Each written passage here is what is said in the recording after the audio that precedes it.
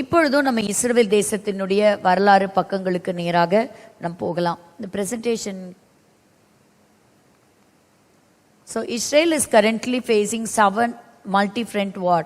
So 7 விதமான தாக்குதல்களை சமாளித்து வருகிறது இஸ்ரேல். So இஸ்ரேலை பற்றி நான் ஏன் அறிந்து கொள்ள வேண்டும்? Israel, why Israel? அந்த பகுதியில் நம்ம இன்னைக்கு சற்று ஆழமான சில காரியங்களை நம்ம தியானிக்க போகிறோம். ஸோ இந்த சபைக்கும் இஸ்ரவேலுக்கும் என்ன சம்பந்தம்? What is the church waiting for?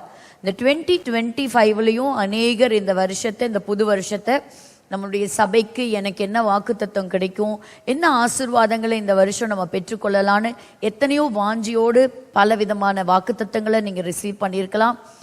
அநேகர் என்ன தீர்க்க தரிசனங்கள் இருக்கும், எப்படிப்பட்ட ஒரு ஆசீர்வாதமான வருஷங்கள் இருக்கும் அப்படின்னு சொன்னால் அப்படி எந்த ஒரு ப்ராமிஸும் பைபிளில் கிடையாது.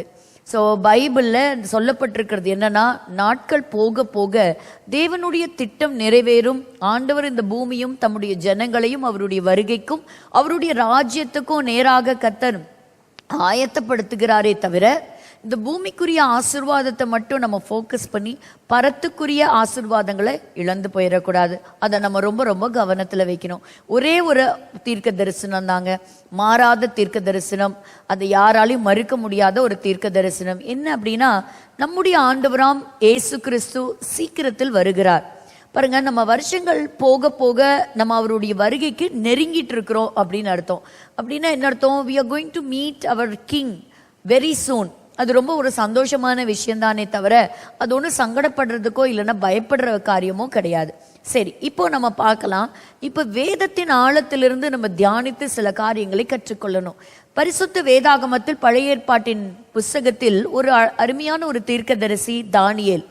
தானியேலின் புஸ்தகம் 9ஆம் அதிகாரம் 2வது வசனத்துல வாசிக்கும் பொழுது, தானியேல் பாபிலோன் தேசத்துல ஒரு சிறையிருப்பின் நாட்கள்ல ஒரு அடிமையாக கொண்டு போகப்பட்டார். ஆனா அதே சாம்ராஜ்யத்திலே தேவனுடைய பலத்த கரத்தினாலே உயர்த்தப்பட்டார். ஆண்டவருடைய பார்வையிலே மிகவும் பிரியமானவன் என்று அழைக்கப்படுகிறவர் இந்த தானியேல். இந்த தானியேல் பாபிலோன் தேசத்துல இருக்கும் பொழுது அவருடைய மனசு பூரா அவருடைய சொந்த நாடாகிய இஸ்ரேல், அதாவது எருசலேமை நோக்கியே இருக்கு. எத்தனை நாள் தான் நம்ம இந்த பாபிலோன் தேசத்திலே இருக்க போறோம்? இந்த சிறையிருப்பு எப்போ முடியும்? எப்ப நம்ம நாடு திரும்புவோம்? இந்த பாபிலோன் தேசத்துல அடிமைகளா நம்ம இருக்கிறோமே அப்படின்னு அவர் சிந்தித்து பார்க்கும் பொழுது ஒரு முக்கியமான ஒரு வார்த்தை என்ன அப்படின்னு கேட்டீங்கன்னா, வாசிக்கலாம். தானியேல் 9:2வது வசனம். தானியேலாகிய நான் எருசலேமின் பால் கடிப்புகள் நிறைவேறி தீர 70 வருஷம் செல்லும் என்று கர்த்தர் எரேமியா தீர்க்கதரிசியோட சொல்லிய வருஷங்களின் தொகையை புஸ்தகங்களால் அறிந்து கொண்டேன். ஒரே ஒரு வார்த்தை, ரொம்ப அண்டர்லைன் பண்ண வேண்டிய வார்த்தை என்னன்னா, புஸ்தகங்களினாலே அறிந்து கொண்டேன். புஸ்தகங்களினாலே அறிந்து கொண்டேன். அப்போ 70 வருஷம், the 70 years of captivity.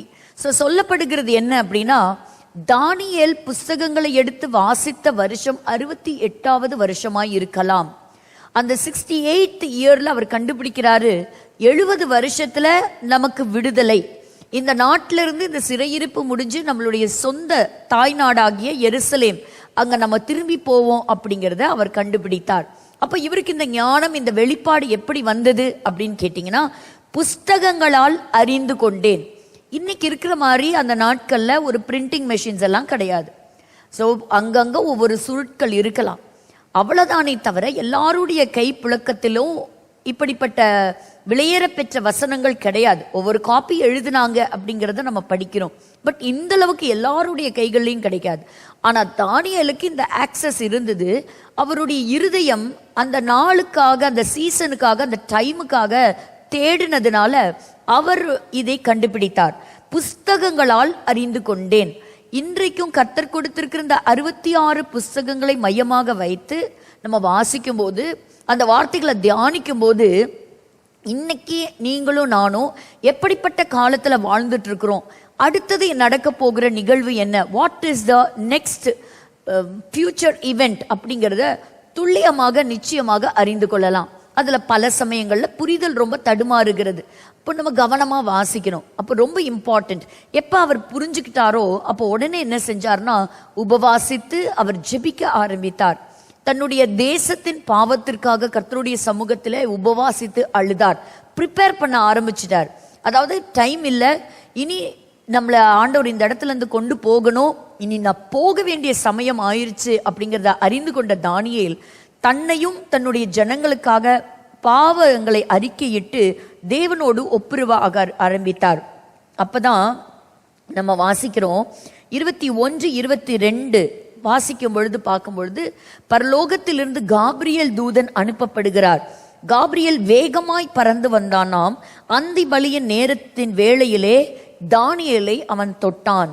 அப்ப பாருங்க 22 சொல்லுகிறது, அவன் எனக்கு தெளிவுண்டாக்கி என்னோட பேசி, தானியேலே உனக்கு அறிவை உணர்த்தும்படி இப்போது புறப்பட்டு வந்தேன். இந்த அறிவை உணர்த்தும்படி, அப்ப எவ்வளவு இம்பார்ட்டன்ட் பாருங்க. we should be very biblical literate. பைபிளை எனக்கு தெரியும்னு சொல்லலாம், ஆனா பைபிள்ல இருக்கிற ரகசியங்கள் போல வேற எந்த புஸ்தகத்திலையும் கிடையாது. அப்போ இந்த வசனம் சொல்லுகிறது, எப்போ தானியேல் தன்னை தாழ்த்தி அவர் ஜெபத்திலே காத்திருந்தாரோ தேவதூதன் அனுப்பப்படுகிறார். அனுப்பப்பட்டவர் சொல்லுகிற ஒரு முக்கியமான வார்த்தை என்ன அப்படின்னா, உனக்கு அறிவை உணர்த்தும்படி இப்போது புறப்பட்டு வந்தேன். A special revelation, the special wisdom Daniel receives. அப்போ இன்னைக்கு இந்த கடைசி நாட்கள்ல 9 வரங்கள்ல நம்ம பார்க்கிறோம். அப்போ இந்த ஞானத்தை பெற்றுக்கொள்ள, அந்த அறிவை உணர்த்தக்கூடிய அந்த ஆவியானவர் நமக்கு தருகிறதற்கு அவர் உண்மையுள்ளவராய் இருக்கிறார். கேட்கிற எவனும் பெற்றுக்கொள்ளுகிறான். இப்போ நான் ஒன்றை சபைக்கு நான் சொல்லுவேன், இன்றைக்கு இருக்கிற காலகட்டத்தில் நீங்க யாரையும் ஃபோக்கஸ் பண்ண வேண்டாம், எந்த மனிதர்களையும் நீங்க ஃபாலோ பண்ண வேண்டாம். Follow Bible and follow Jesus Christ. இந்த வேதத்தை தாண்டி ஒருத்தர் புதுசா எதையும் சொல்லவே முடியாது.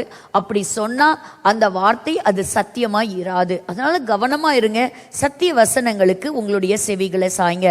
அப்போ இந்த இடத்துல பார்க்குறோம், அழகா இங்கிலீஷ்ல சொல்லப்பட்டிருக்குது. So the angel came and he said, I will give you the skill and understanding. So to understand the matter, அப்போ நான் உனக்கு காண்பிக்க போகிற அந்த விஷன், அந்த தரிசனத்தை நீ புரிஞ்சுக்கிறதுக்கு உனக்கு ஒரு ஞானம் வேணும். ஸோ தானியேல் ஏற்கனவே ஒரு ஞானி.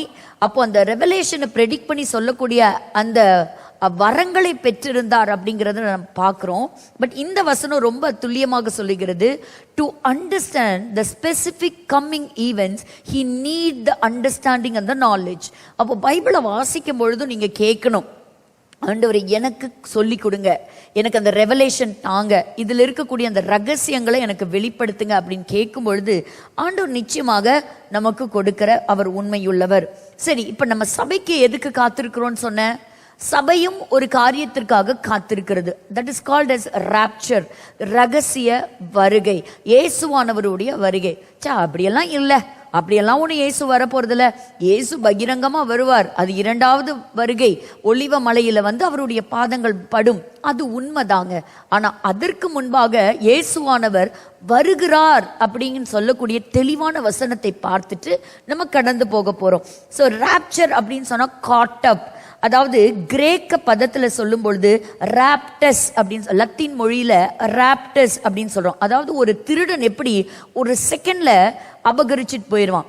இப்போ சொல்லுவாங்க பாருங்க, இப்போ 2 வீலர்ல போயிட்டு இருந்தோம், இந்த வழியில நடந்துட்டு வந்துட்டோம், கண்ணிமிக்கிற நேரத்துல பாத்தீங்கன்னா அந்த செயினை பறிச்சுட்டு போயிட்டான், இல்லைன்னா அந்த பொருளை என் கையிலேருந்து பிடுங்கிட்டு போயிட்டான். அவ்வளோ ஒரு ஸ்பீடி ப்ராசஸா இருக்குமா. அதுக்கு பேர் தான் ராப்டஸ் அப்படின்னு சொல்லி அர்த்தம். That is seized by force, அதாவது வலுக்கட்டாயமா பிடுங்குவது, அப்படி வேகமா எடுத்துக்கொள்வது. அப்படிப்பட்ட அர்த்தம் கொண்டதுதான் இந்த ரகசிய வார்த்தை, அவர் ரகசிய வருகை. அதுதான் வந்து ராப்சர் அப்படின்னு நம்ம சொல்றோம். ஸோ இந்த ராப்சருக்கு சபை ஆயத்தமாகணும். நீங்க நல்லா படிக்கலாம், இந்த பூமியில நீங்க ஒரு பொசிஷனை தேடிட்டு இருக்கலாம், நீங்க இந்த உலகத்துல ஆண்டோர் கொடுத்திருக்கக்கூடிய இந்த வேலையை நீங்க செய்யறவங்களா இருக்கலாம். இதெல்லாம் உங்களுடைய ப்ரையாரிட்டியா இருக்க வேண்டாம். இதை காட்டிலும் உங்களுக்கு ப்ரையாரிட்டியா இருக்க வேண்டியது எது அப்படின்னு நீங்க கேட்டீங்கன்னா, the only one thing that you have to get ready. சரிங்களா? இந்த பிரசன்டேஷன் க்ளோஸ் பண்ணிக்கலாம், இதை முடிச்சுட்டு சரி இப்போ that is one day Christ is coming to rob the world of his jewels அதாவது அவருடைய பொக்கிஷங்கள், நீங்களும் நானும், அதாவது ஜுவல் அப்படின்னு ஒருத்தர் ரொம்ப அழகா எழுதுகிறார். அப்போ அப்படி விலையேற பெற்ற ஆபரணத்துக்கு ஈடாக அப்படின்னு என்ன அர்த்தம்? மீட்கப்பட்டவர்கள், ரட்சிக்கப்பட்டவர்கள், த ரிடீம்டு ஒன்ஸ். பாவத்திலிருந்து நம்மை கழுவி நீதியின் வஸ்திரத்தை அவர் நமக்கு உடுத்துவித்து நம்மை தகுதி உள்ளவர்களாக மாற்றி நம்மை வைத்திருக்கிறாரல்ல. யாரெல்லாம் ஆண்டவராகி இயேசு கிறிஸ்துவை உங்க வாழ்க்கையில இன்வைட் பண்ணியிருக்கிறீங்களோ உங்க எல்லாருக்காகவும் தான் இயேசு கிறிஸ்து வருகிறார். அப்போ ஒருவேளை இதுவரைக்கும் நீங்க இன்வைட் பண்ணல, இயேசு கிறிஸ்துவை நீங்க அறிந்து கொள்ளல, இல்ல அறிந்தும் இன்னும் ஞானஸ்நானம் எடுக்கல அப்படின்னு சொன்னா நீங்க ஆயத்தமாகுங்க. அப்படிங்கிறது தான் ஒரே ஒரு செய்தி நான் உங்களுக்காக இந்த வருஷத்தின் முதல் நாளிலே உங்களுக்கு சொல்ல ஆசைப்படுகிறேன். So rapture அப்படின்னா என்ன நான் சொன்னேன், the sudden snatching out of this world of the believers. விசுவாசிக்கிறவர்களை நொடிப்பொழுதிலே அவர் இழுத்து கொண்டு வேகமாய் பறித்து கொண்டு அவர் போகிறார். that is called to be the rapture. So invite Jesus into your life. So இப்போ பைபிளில் நம்ம பார்க்கும் பொழுது பார்த்தா நிறைய ஏராளமான சிம்பிள்ஸ் எல்லாம் சொல்லியிருக்கோம். அப்போ இந்த அவர் பயன்படுத்தக்கூடிய இந்த சிம்பிள், அதாவது இதை எப்படி நான் புரிஞ்சுக்கிறது, இது தெரியாததுனால தான் பல புஸ்தகங்கள், பல தீர்க்க தரிசன புஸ்தகங்கள்ல இது எவ்வளோ படித்தாலும் நமக்கு புரியாதுப்பா அப்படின்னு நம்ம ஒதுக்கி வச்சுட்டு போயிடுறோம். யாருக்குமே புரியக்கூடாதுங்கிறதுக்காக ஆண்டவர் எழுதல. யார் வாஞ்சிக்கிறாங்களோ, யார் இதை விரும்பி ஆண்டவரே இது என்னன்னு எனக்கு சொல்லுங்க அப்படின்னு கேட்குறாங்களோ அவங்களுக்கு நிச்சயமாக கர்த்தர் வெளிப்படுத்துகிறார். அதுல எந்த ஒரு மாற்றமும் இல்லை. ஸோ ஒரு விஷயத்த நல்லா புரிஞ்சுக்கோங்க, நம்ம பரலோகத்துக்கு போனதும் இல்லை, பரலோகத்தில் இருக்கக்கூடிய பொருட்கள், பரலோகம் எப்படி இருக்கும் அது யாரும் பார்த்ததும் இல்லை. So we are so unfamiliar with all the things in heaven. நான் பார்க்கவே இல்லை, எனக்கு எப்படி இருக்குன்னே எனக்கு தெரியாது. இந்த பூமியில் மரம் அப்படின்னு சொன்னால் எனக்கு மரம் எப்படி இருக்கும்னு தெரியும். ஒரு புறா அப்படின்னு சொன்னால் அந்த புறா எப்படி இருக்கும்னு என்னால் கற்பனை பண்ண முடியும், ஏன்னா நான் அந்த புறாவை பார்த்துருக்கிறேன். ஒரு கடல், ஒரு நதி, தண்ணீர் அப்படியெல்லாம் சொன்னால் என்னால் புரிஞ்சிக்க முடியும். ஆனால் நான் பார்க்காத இந்த உலகத்தை, அதாவது அந்த பரலோகத்தை எனக்கு ஒருத்தர் அழகா புரிய வைக்கணும், அதுவும் எழுத்து வடிவத்தில் புரிய வைக்கணும்னா எவ்வளோ ஒரு கஷ்டம் இல்லை. அது புரிஞ்சுக்கிறதுக்காக தான் சில சிம்பிள்ஸை பயன்படுத்தி இருக்கிறார். உதாரணமாக நான் உங்களுக்கு ஒரு எக்ஸாம்பிள் சொல்கிறேன். இன்னைக்கு இருக்கிற நவீன நாகரிகம் வளர்ந்த இந்த காலகட்டங்களில் நமக்கு டெலிவிஷன்னா என்னன்னு தெரியும். அப்புறம் ஒரு உதாரணம் எடுத்துக்கோங்க, ஒரு ஐஸ்கிரீம் கோன் எடுத்துக்கோங்க. ஒரு ஐஸ்கிரீம் கோனை பற்றி நீங்கள் சொல்ல போகிறீங்க, ஒரு டிவியை பற்றி இல்லை நீங்கள் சொல்ல போகிறீங்க, இல்லைன்னா உங்கள் வீட்டில் இருக்கக்கூடிய ஒரு ஃப்ரிட்ஜை பற்றி நீங்கள் சொல்ல போகிறீங்க. இப்போ யாருக்கு சொல்ல போகிறீங்க அப்படின்னு சொன்னால், அதாவது ஒரு காட்டு பகுதியில் இருக்கக்கூடிய காட்டுவாசிகள்னு வச்சுக்கலாம், ஒரு ட்ரைபல் பீப்புள். அவங்களுக்கு இந்த ட்ரைபல் பீப்புளுக்கு இந்த மாடர்ன் சிவிலைசேஷனை பற்றி ஒன்றுமே தெரியாது. இவ்வளோ நாகரிகமாக இருக்கக்கூடிய மனிதர்களை பற்றி எந்த ஒரு அறிவும் இல்லைன்னு வச்சுக்கோங்க. அவங்களுக்கு நீங்கள் எழுத்து வடிவத்தில் அவங்களுக்கு சொல்லி புரிய வைக்கணும். எப்படி புரிய வைப்பீங்க? வாயினால சொல்ல போறதில்ல, ஆக்ஷன்ஸால சொல்ல போறதில்ல. எப்படி சொல்ல போறீங்க? Through writing. ஸோ அவங்க இந்த காட்டு பகுதிகளில் இருக்கக்கூடிய அந்த ட்ரைபல் பீப்புள் இந்த டிவினாலே என்னன்னு தெரியாது, இன்டர்நெட்னா என்னன்னு தெரியாது, அவங்களுக்கு ஃப்ரிட்ஜுனா என்னன்னு தெரியாது. அப்போ அவங்களுக்கு இது எப்படி நம்ம சொல்லி புரிய வைக்கிறது? ஆனால் எழுத்து வடிவத்தில் அவங்களுக்கு புரிகிற லாங்குவேஜில் இதை எழுதி கொடுக்கணும். எவ்வளோ கஷ்டம் இல்லையா? அதே மாதிரி தாங்க பைபிள்லையும் பரலோகத்தில் பார்க்கக்கூடிய காட்சிகள். இப்போ வெளிப்படுத்தல் எடுத்தீங்கன்னா பரலோகத்தில் ஒரு சம்பவம் சொல்லப்படும், ஆனால் ஆக்ஷன் எங்கே பெர்ஃபார்ம் ஆகும்னா பூமியில் ஆக்ஷன் பெர்ஃபார்ம் ஆகும். ஸோ முத்திரை உடைக்கப்படும், ஆனால் இங்கே தான் இந்த பூமியில தான் சில சம்பவங்கள் நடக்கும். இப்படி பல விஷயங்கள். அப்போ ஒரு ஹார்ஸ் இல்லைன்னா ஒரு சில மனிதர்கள் அப்படியெல்லாம் எழுதப்பட்டிருக்கும் போது நிஜமாவே ஒரு ஹார்ஸ் வரப்போகுதா அப்படியெல்லாம் நம்ம கொஞ்சம் யோசிக்கணும், சிந்திக்கணும். அப்போ ஆண்டவர் அதை எதோட கூட ரிலேட் பண்றாங்க. எதுக்கு இதெல்லாம் நான் சொல்லிட்டு இருக்கேன்? ஏன்னா இப்படி தான் வேதத்தில் உள்ள சில ரகசியங்கள் எழுதப்பட்டிருக்கிறது. எதை பற்றி? இயேசு கிறிஸ்துவினுடைய கடைசி நாட்கள்ல முதல் 4 காஸ்பல்ஸ்ல பார்த்தீங்கன்னா இயேசு கிறிஸ்து ஒரு ஆட்டுக்குட்டியாய் வந்தார். அப்புறம் அவர் ஒரு சன் ஆஃப் மேன், அதாவது ஒரு மனுஷகுமாரனா இருக்கும்போது அவர் எத்தனை பாடுகள் பட்டார், எப்படி தன்னை தாழ்த்தினார், அப்படியெல்லாம் எழுதப்பட்டிருக்கும். ஆனா ரெவலேஷன் எடுத்துக்கிட்டீங்கன்னா you will see the mighty God, the majestic appearance of God. இயேசு கிறிஸ்துவினுடைய பிரம்மாண்டமான அவருடைய வர்ணனையை அந்த புஸ்தகத்துல தான் நம்ம பார்க்க முடியும். அப்படிப்பட்ட புஸ்தகத்தை நம்ம அறிந்து கொள்ள வேண்டும். ஏன்னு கேட்டா that is the most important book to make us understand about the future events. வரக்கூடிய காரியங்களை நம்ம அறிந்து கொள்வதற்கு உபயோகமான ஒரு வசனம். பாருங்க, பிரசங்கி 8ஆம் அதிகாரம் 5வது வசனம் வாசிங்க. பிரசங்கி 8:5. கற்பனையை கைக்கொள்ளுகிறவன் ஒரு தீங்கையும் அறியான், ஞானியின் இருதயம் காலத்தையும் நியாயத்தையும் அறியும். ஞானியின் இருதயம் காலத்தையும் நியாயத்தையும் அறியும். ஞானியின் இருதயம் காலத்தை அறியும். சோ நீங்க சொல்லுங்க, ஞானியின் இருதயம் காலத்தை அறியும். அதைத்தான் தானியேலுக்கு இந்த ஏஞ்சல் ஃபர்ஸ்ட் கொடுக்கிறார். அப்ப ஏஞ்சல் சொல்லும் போது அவர் சொல்றாரு, பாரு, உனக்கு அறிவை உணர்த்தும்படி இப்பொழுது புறப்பட்டு வந்தேன். அறிவை உணர்த்தும்படி நான் உனக்கு அந்த ஸ்கில்ஸை ஃபர்ஸ்ட் கொடுக்க போறேன். So that is a treasure given by God, but not to everyone, but whoever seeks. அப்ப தேடுறவங்களுக்கு அது நிச்சயமாக கொடுக்கப்படும். அப்போ ஞானியின் இருதயம் காலத்தை அறியும். காலம், அண்டர்லைன் த வேர்ட் காலம். அப்போ you should know the time and seasons. இப்போ என்ன காலம், இப்போ என்ன டைம். பாருங்க, நமக்கு வருஷம் தொடங்கும் போது பயங்கரமான எக்ஸைட்மெண்ட் தான் எப்போவுமே. ஸோ ஒரு எல்லாமே ஒரு புதிய ஆரம்பத்தில் நம்ம பல தீர்மானங்களை எடுப்போம். ஸோ இப்படி இருக்க போகிறோம், நம்மளுடைய ஆவிக்குரிய ஜீவியம், நம்மளுடைய ஃபிசிக்கல் ஃபிட்னஸ், நம்மளுடைய டெய்லி ரூட்டின், நம்மளுடைய ஒர்க், இதெல்லாம் நான் மாற்றிக்க போகிறேன். இதெல்லாத்தையும் நான் ஆர்கனைஸ்டாக ரொம்ப டிசிப்ளின்டாக பண்ண போகிறேன். ஒருவேளை 1-2 நாள் அல்லது ஒரு வாரம் வரைக்கும் கூட சிலது தாக்கு பிடிக்கும். அதுக்கப்புறம் என்னது, பழைய வாழ்க்கைக்கு நம்ம போகிற ஆட்களாக மாறும். அப்படி இருக்கவே கூடாது. இந்த 2025 இந்த வருஷம் இந்த ஞானத்தை தேடுகிற ஒரு வருஷமாய் இருப்பதாக. 1 தெசலோனிக்கேயர் 4ஆம் அதிகாரம் 14வது வசனத்திலிருந்து வாசிப்போம். 1 தெசலோனிக்கேயர் 4:14. இயேசுவானவர் மரித்து பின்பு எழுந்திருந்தார் என்று விசுவாசிக்கிறோமே, அப்படியே இயேசுவுக்குள் நித்திரை அடைந்தவர்களையும் தேவன் அவரோடே கூட கொண்டு வருவார். கர்த்தருடைய வார்த்தையை முன்னிட்டு நாங்கள் உங்களுக்கு சொல்லுகிறதாவது, கர்த்தருடைய வருகை மட்டும் உயிரோடு இருக்கும் நாம் நித்திரை அடைந்தவர்களுக்கு முந்திக் கொள்வதில்லை. ஏனெனில் கர்த்தர் தாமே ஆரவாரத்தோடும் பிரதான தூதனுடைய சத்தத்தோடும் தேவ எக்காலத்தோடும் வானத்திலிருந்து இறங்கி வருவார். அப்பொழுது கிறிஸ்துவுக்குள் மரித்தவர்கள் முதலாவது எழுந்திருப்பார்கள். பின்பு உயிரோடு இருக்கும் நாமும் கர்த்தருக்கு எதிர்கொண்டு போக மேகங்கள் மேல் அவர்களோட கூட ஆகாயத்தில் எடுத்துக்கொள்ளப்பட்டு இவ்விதமாய் எப்பொழுதும் கர்த்தருடனே கூட இருப்போம். ஆகையால் இந்த வார்த்தைகளினாலே நீங்கள் ஒருவரை ஒருவர் தேற்றுங்கள்.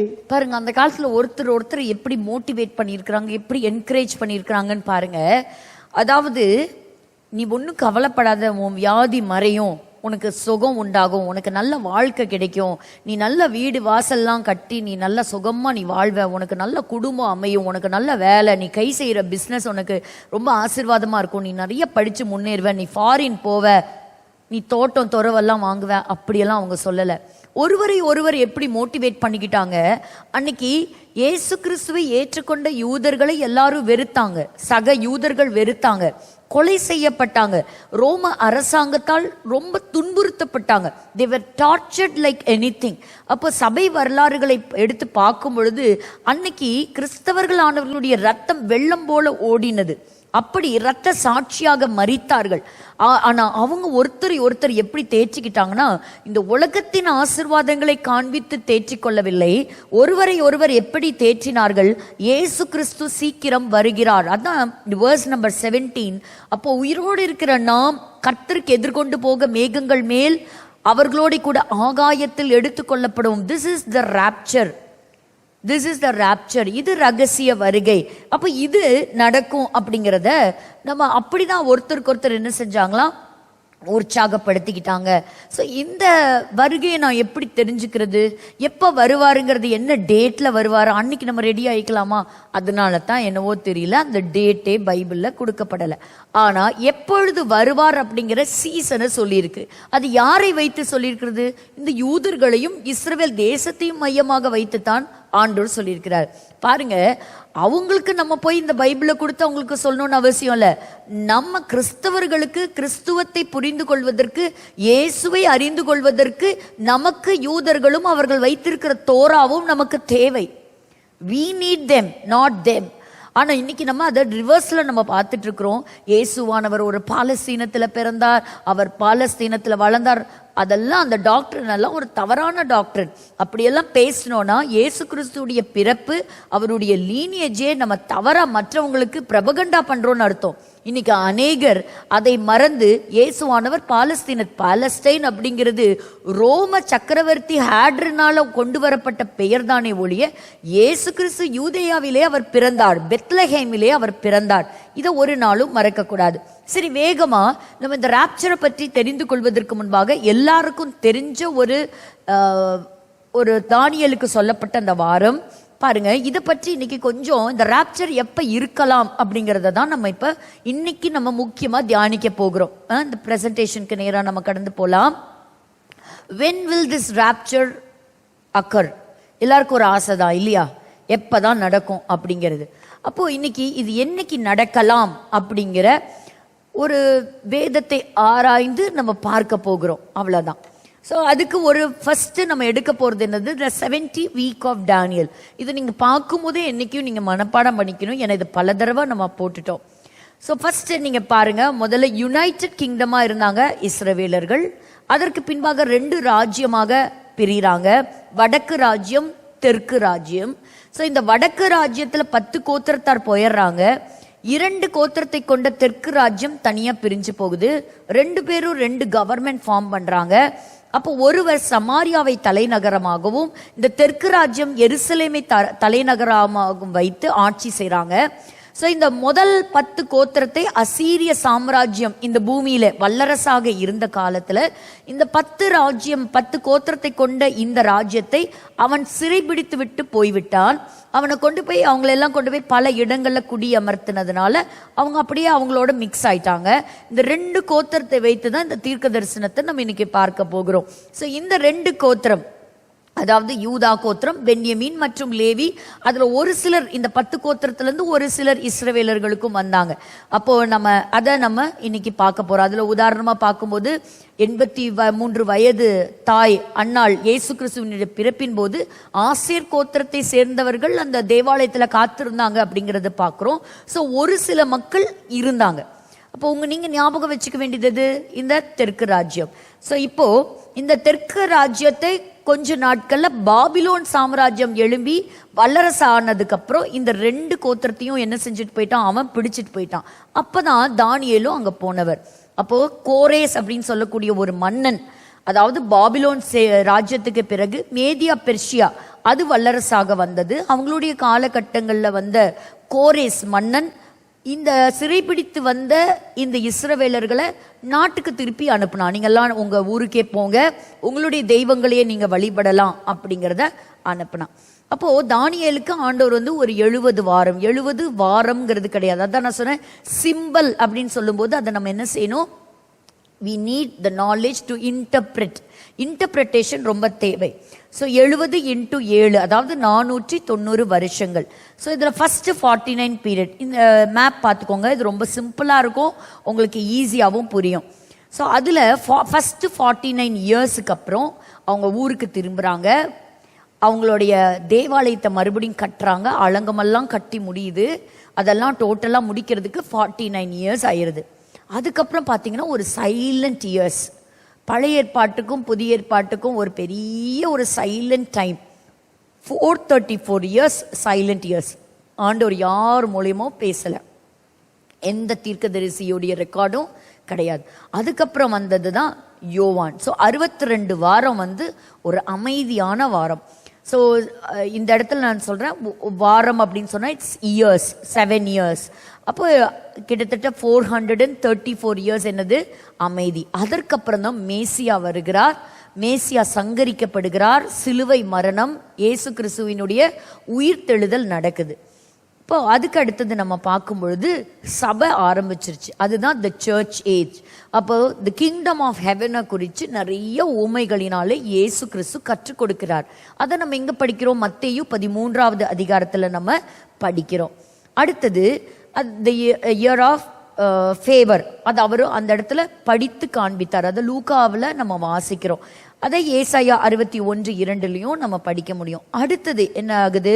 அந்த 2வது கட்டின தேவாலயமும் இயேசு கிறிஸ்துவனுடைய உயிர்த்தெழுதலுக்கு பிறகு 70வது நூற்றாண்டுல முழுவதுமாக அழிக்கப்பட்டுருச்சு. எருசலேம் அழிக்கப்பட்டுருச்சு. அதுக்கப்புறம் எல்லாரும் செதறி போறாங்க. அடுத்தது நடக்க போகிற, இப்ப நீங்களும் நானும் என்ன காலகட்டங்கள்ல இருக்கிறோம்? சபை காலம், த சர்ச் ஏஜ்ல இருக்கிறோம். அப்போ இந்த சர்ச் ஏஜுக்கும் ஒரு முடிவு இருக்குது. So it should come to a close. அது ஒரு முடிவுக்கு வரணும். அதோடைய முடிவு எங்க முடியுது அப்படின்னு கேட்டிங்கன்னா, இயேசு கிறிஸ்துவுடைய ரகசிய வருகையோட முடியுது. த ராப்சர் அப்படிங்கிற ஈவெண்ட்டோட முடியுது. அதற்கப்புறம் வரப்போகிறது எது அப்படின்னு கேட்டிங்கன்னா, உபத்திரவ காலம். அது 7 வருஷம் இந்த பூமியில நடக்க போகுது. அப்போ இந்த 70வது வாரத்துல, அதாவது the last week, the last 7 years, 1 week is equal to 7 years. அப்ப இந்த 70வது வாரத்துல தான் அந்தி கிறிஸ்து வந்து இஸ்ரவேலோட ஒரு ஒப்பந்தம் செய்கிறான். ஒரு பீஸ் அக்ரிமெண்ட் அவன் செய்ய போகிறான்.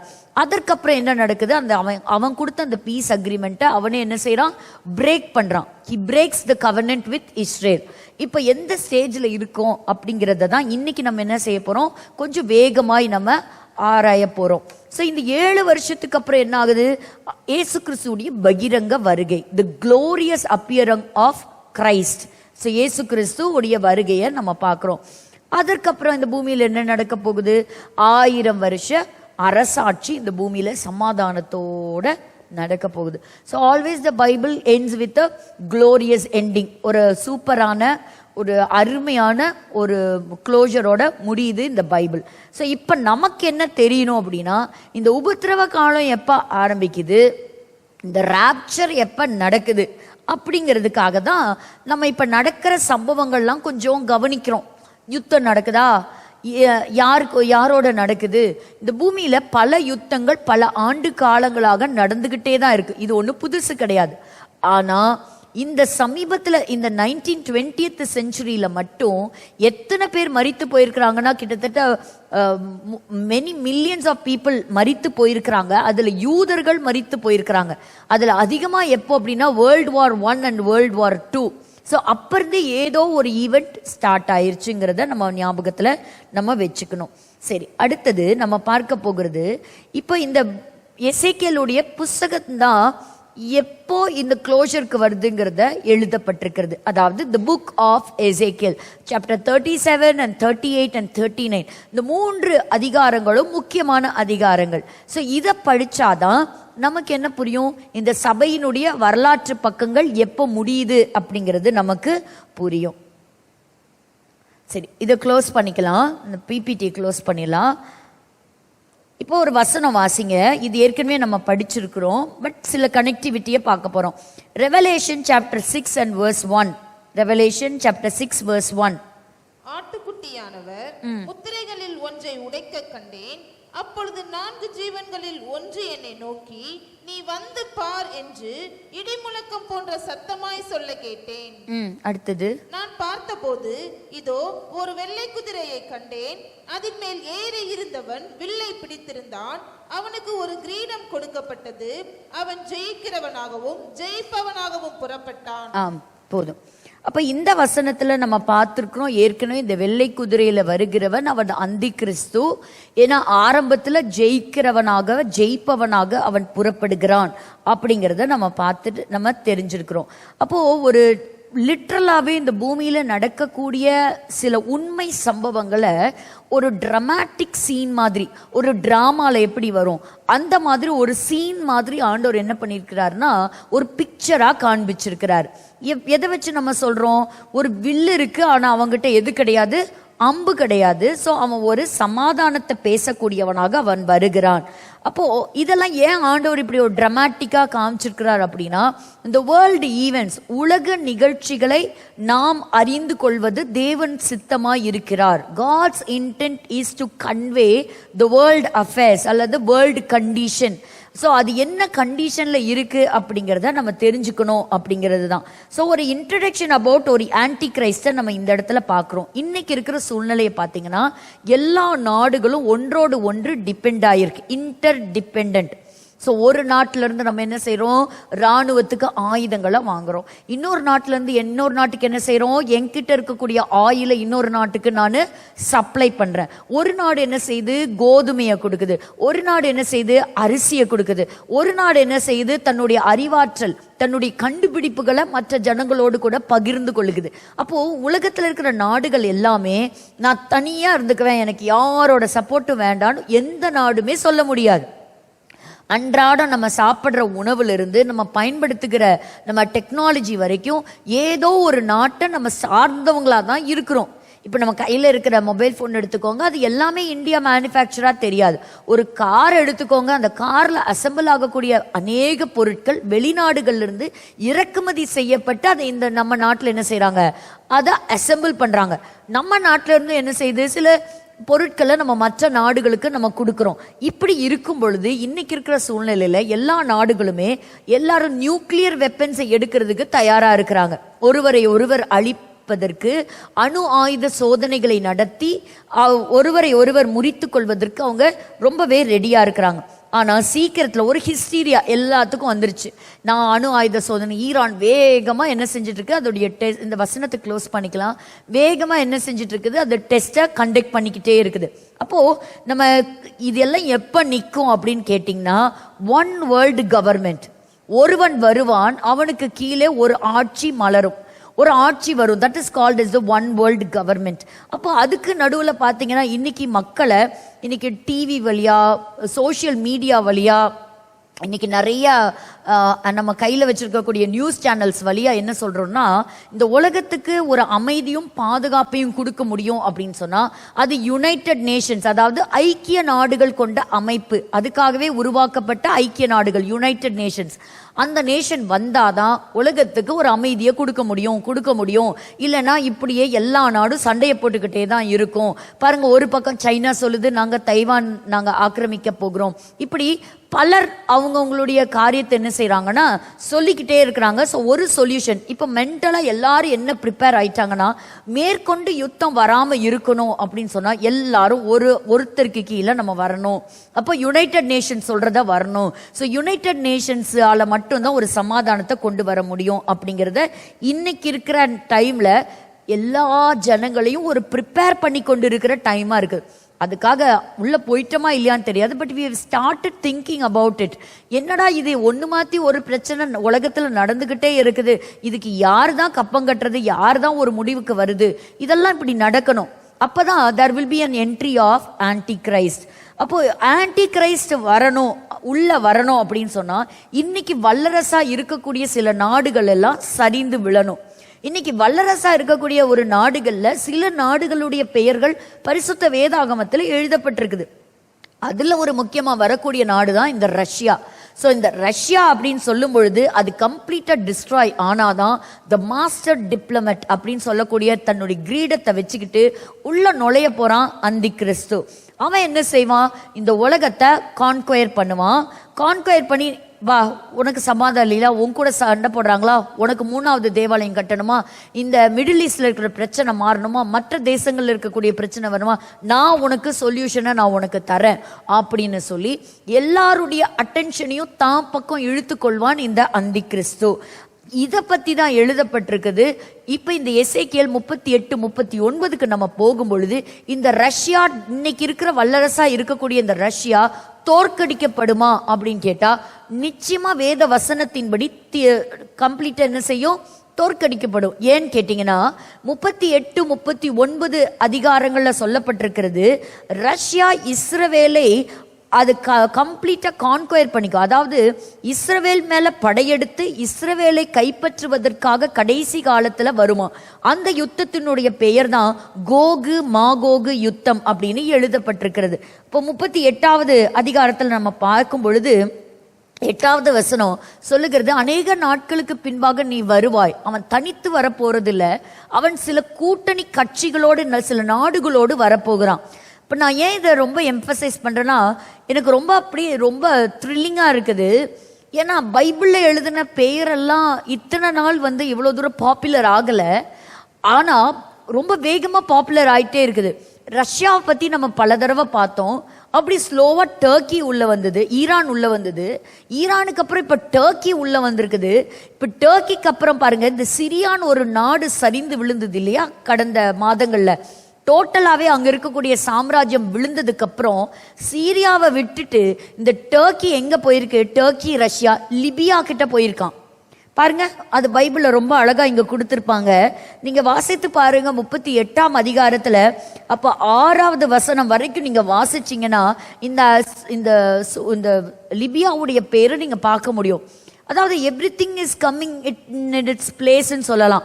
அப்படி ஒவ்வொரு கண்ட்ரியாக அப்படி ஆண்டவர் கொண்டு வந்து அழகாக ஜாயின் பண்ணுறாங்க. ஸோ இந்த நாடுகள் எல்லாம் ஒன்று சேர்ந்து வரணும்னா இன்னைக்கு இஸ்ரேலை சுற்றி இருக்கக்கூடிய அந்த பார்டர் கண்ட்ரீஸ்னால எந்த ஒரு அச்சுறுத்தலும் இல்லாமல் போகணும். அது சீரியா இல்லைன்னா காசா, ஹெஸ்போலா, அந்த லெபனானில் இருக்கக்கூடிய அந்த தீவிரவாத கும்பல் எதுவும் ஏமன் நாட்டிலேருந்து வரக்கூடியது.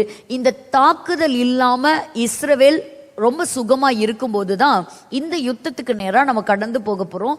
ரொம்ப டே பை டே என்ன ஆகுது அப்படின்னு கேட்டிங்கன்னா, இந்த வசனத்துக்கு நேராக நம்ம ஃபாஸ்ட்டாக மூவ் ஆகுற மாதிரியே எனக்கு பார்த்துக்கிட்டே இருக்கிறேன்.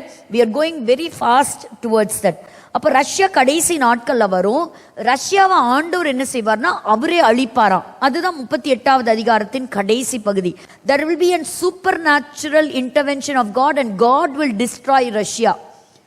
இது மனிதன் அழிக்க போவது அல்ல, ஆண்டவர் குறுக்கிட்டு ரஷ்யாவை அழிப்பார் அப்படின்னு எழுதப்பட்டிருக்கிறது. அப்போ இந்த டிஸ்ட்ரக்ஷன் நடக்கிறத பயன்படுத்திக்கிட்டு, ரஷ்யா விழுகிறத பயன்படுத்திக்கிட்டு உள்ளே நுழைய போகிறான் அந்தி கிறிஸ்து.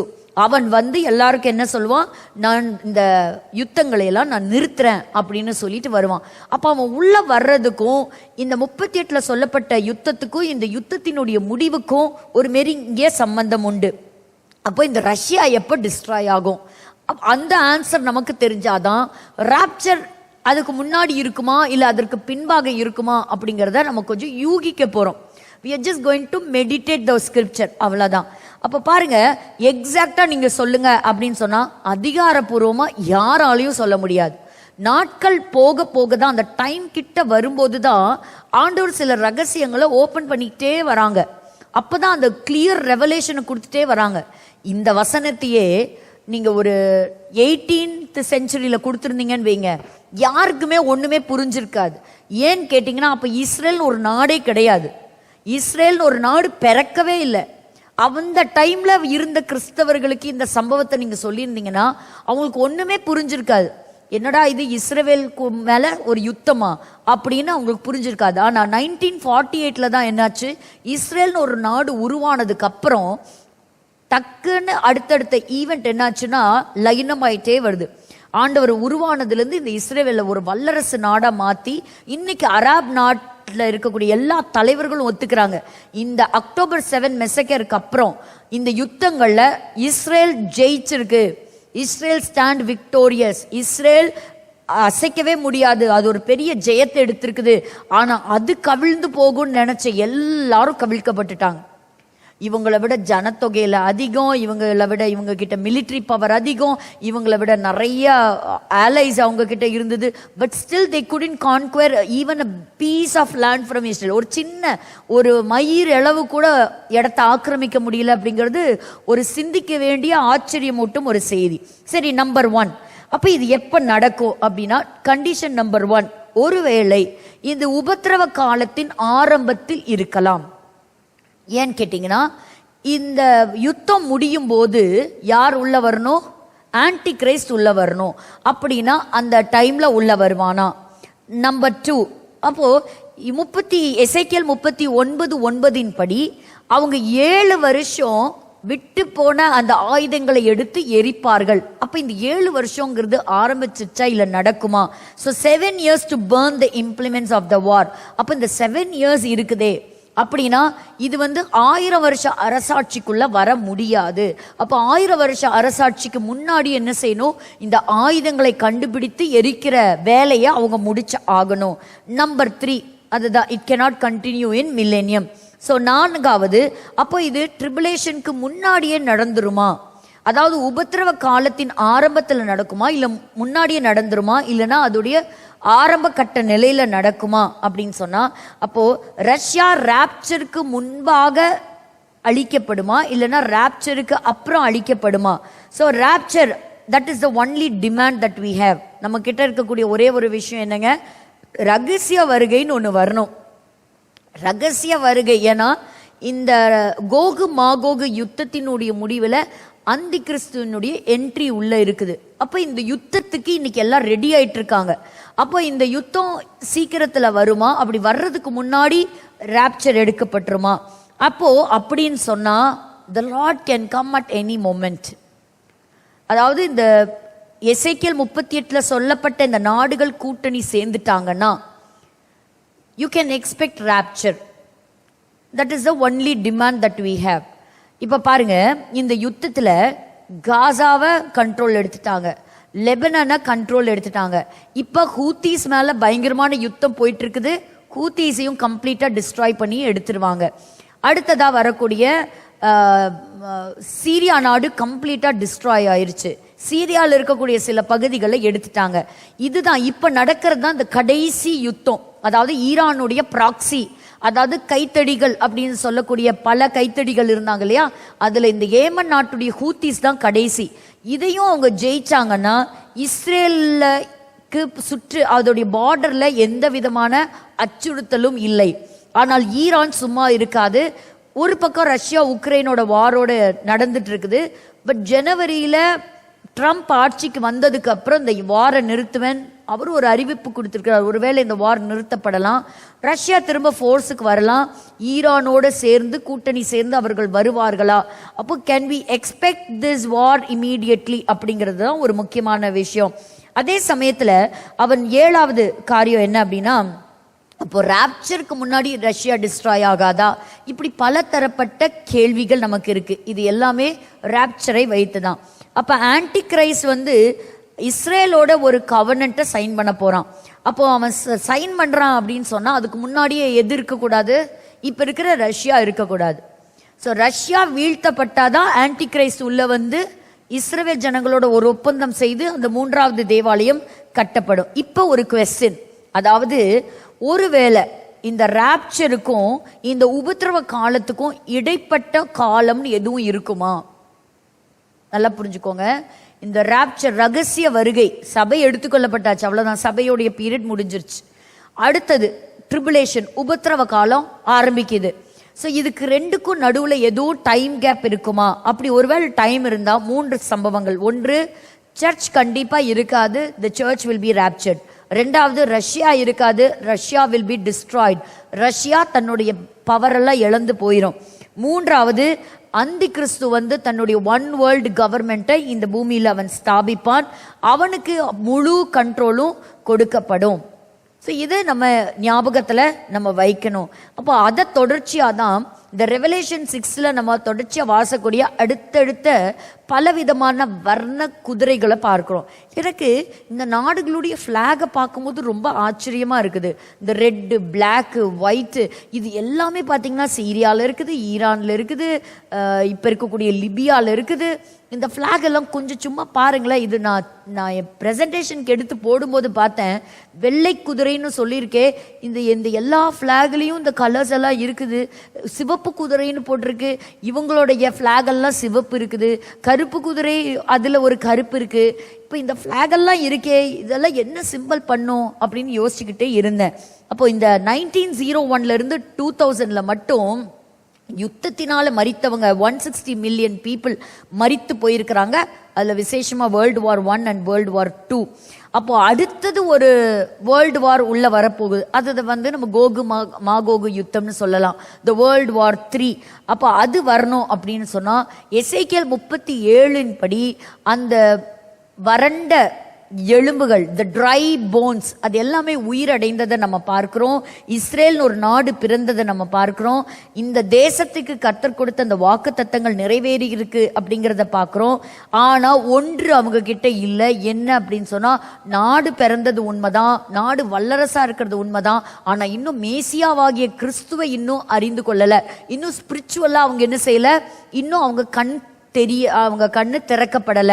அதாவது என்ன அப்படின்னா, இயேசு கிறிஸ்து தான் மேசியா என்பது அதை அவங்க புரிஞ்சுக்கிறதுக்கு கர்த்தர் வைத்திருக்கிற 7 வருஷ உபத்திரவ காலங்கள். So God is coming for his chosen people, chosen generation, அவங்க தான் இஸ்ரேல். ஸோ இந்த 7 வருஷத்துல அது சம்பவிக்கும்.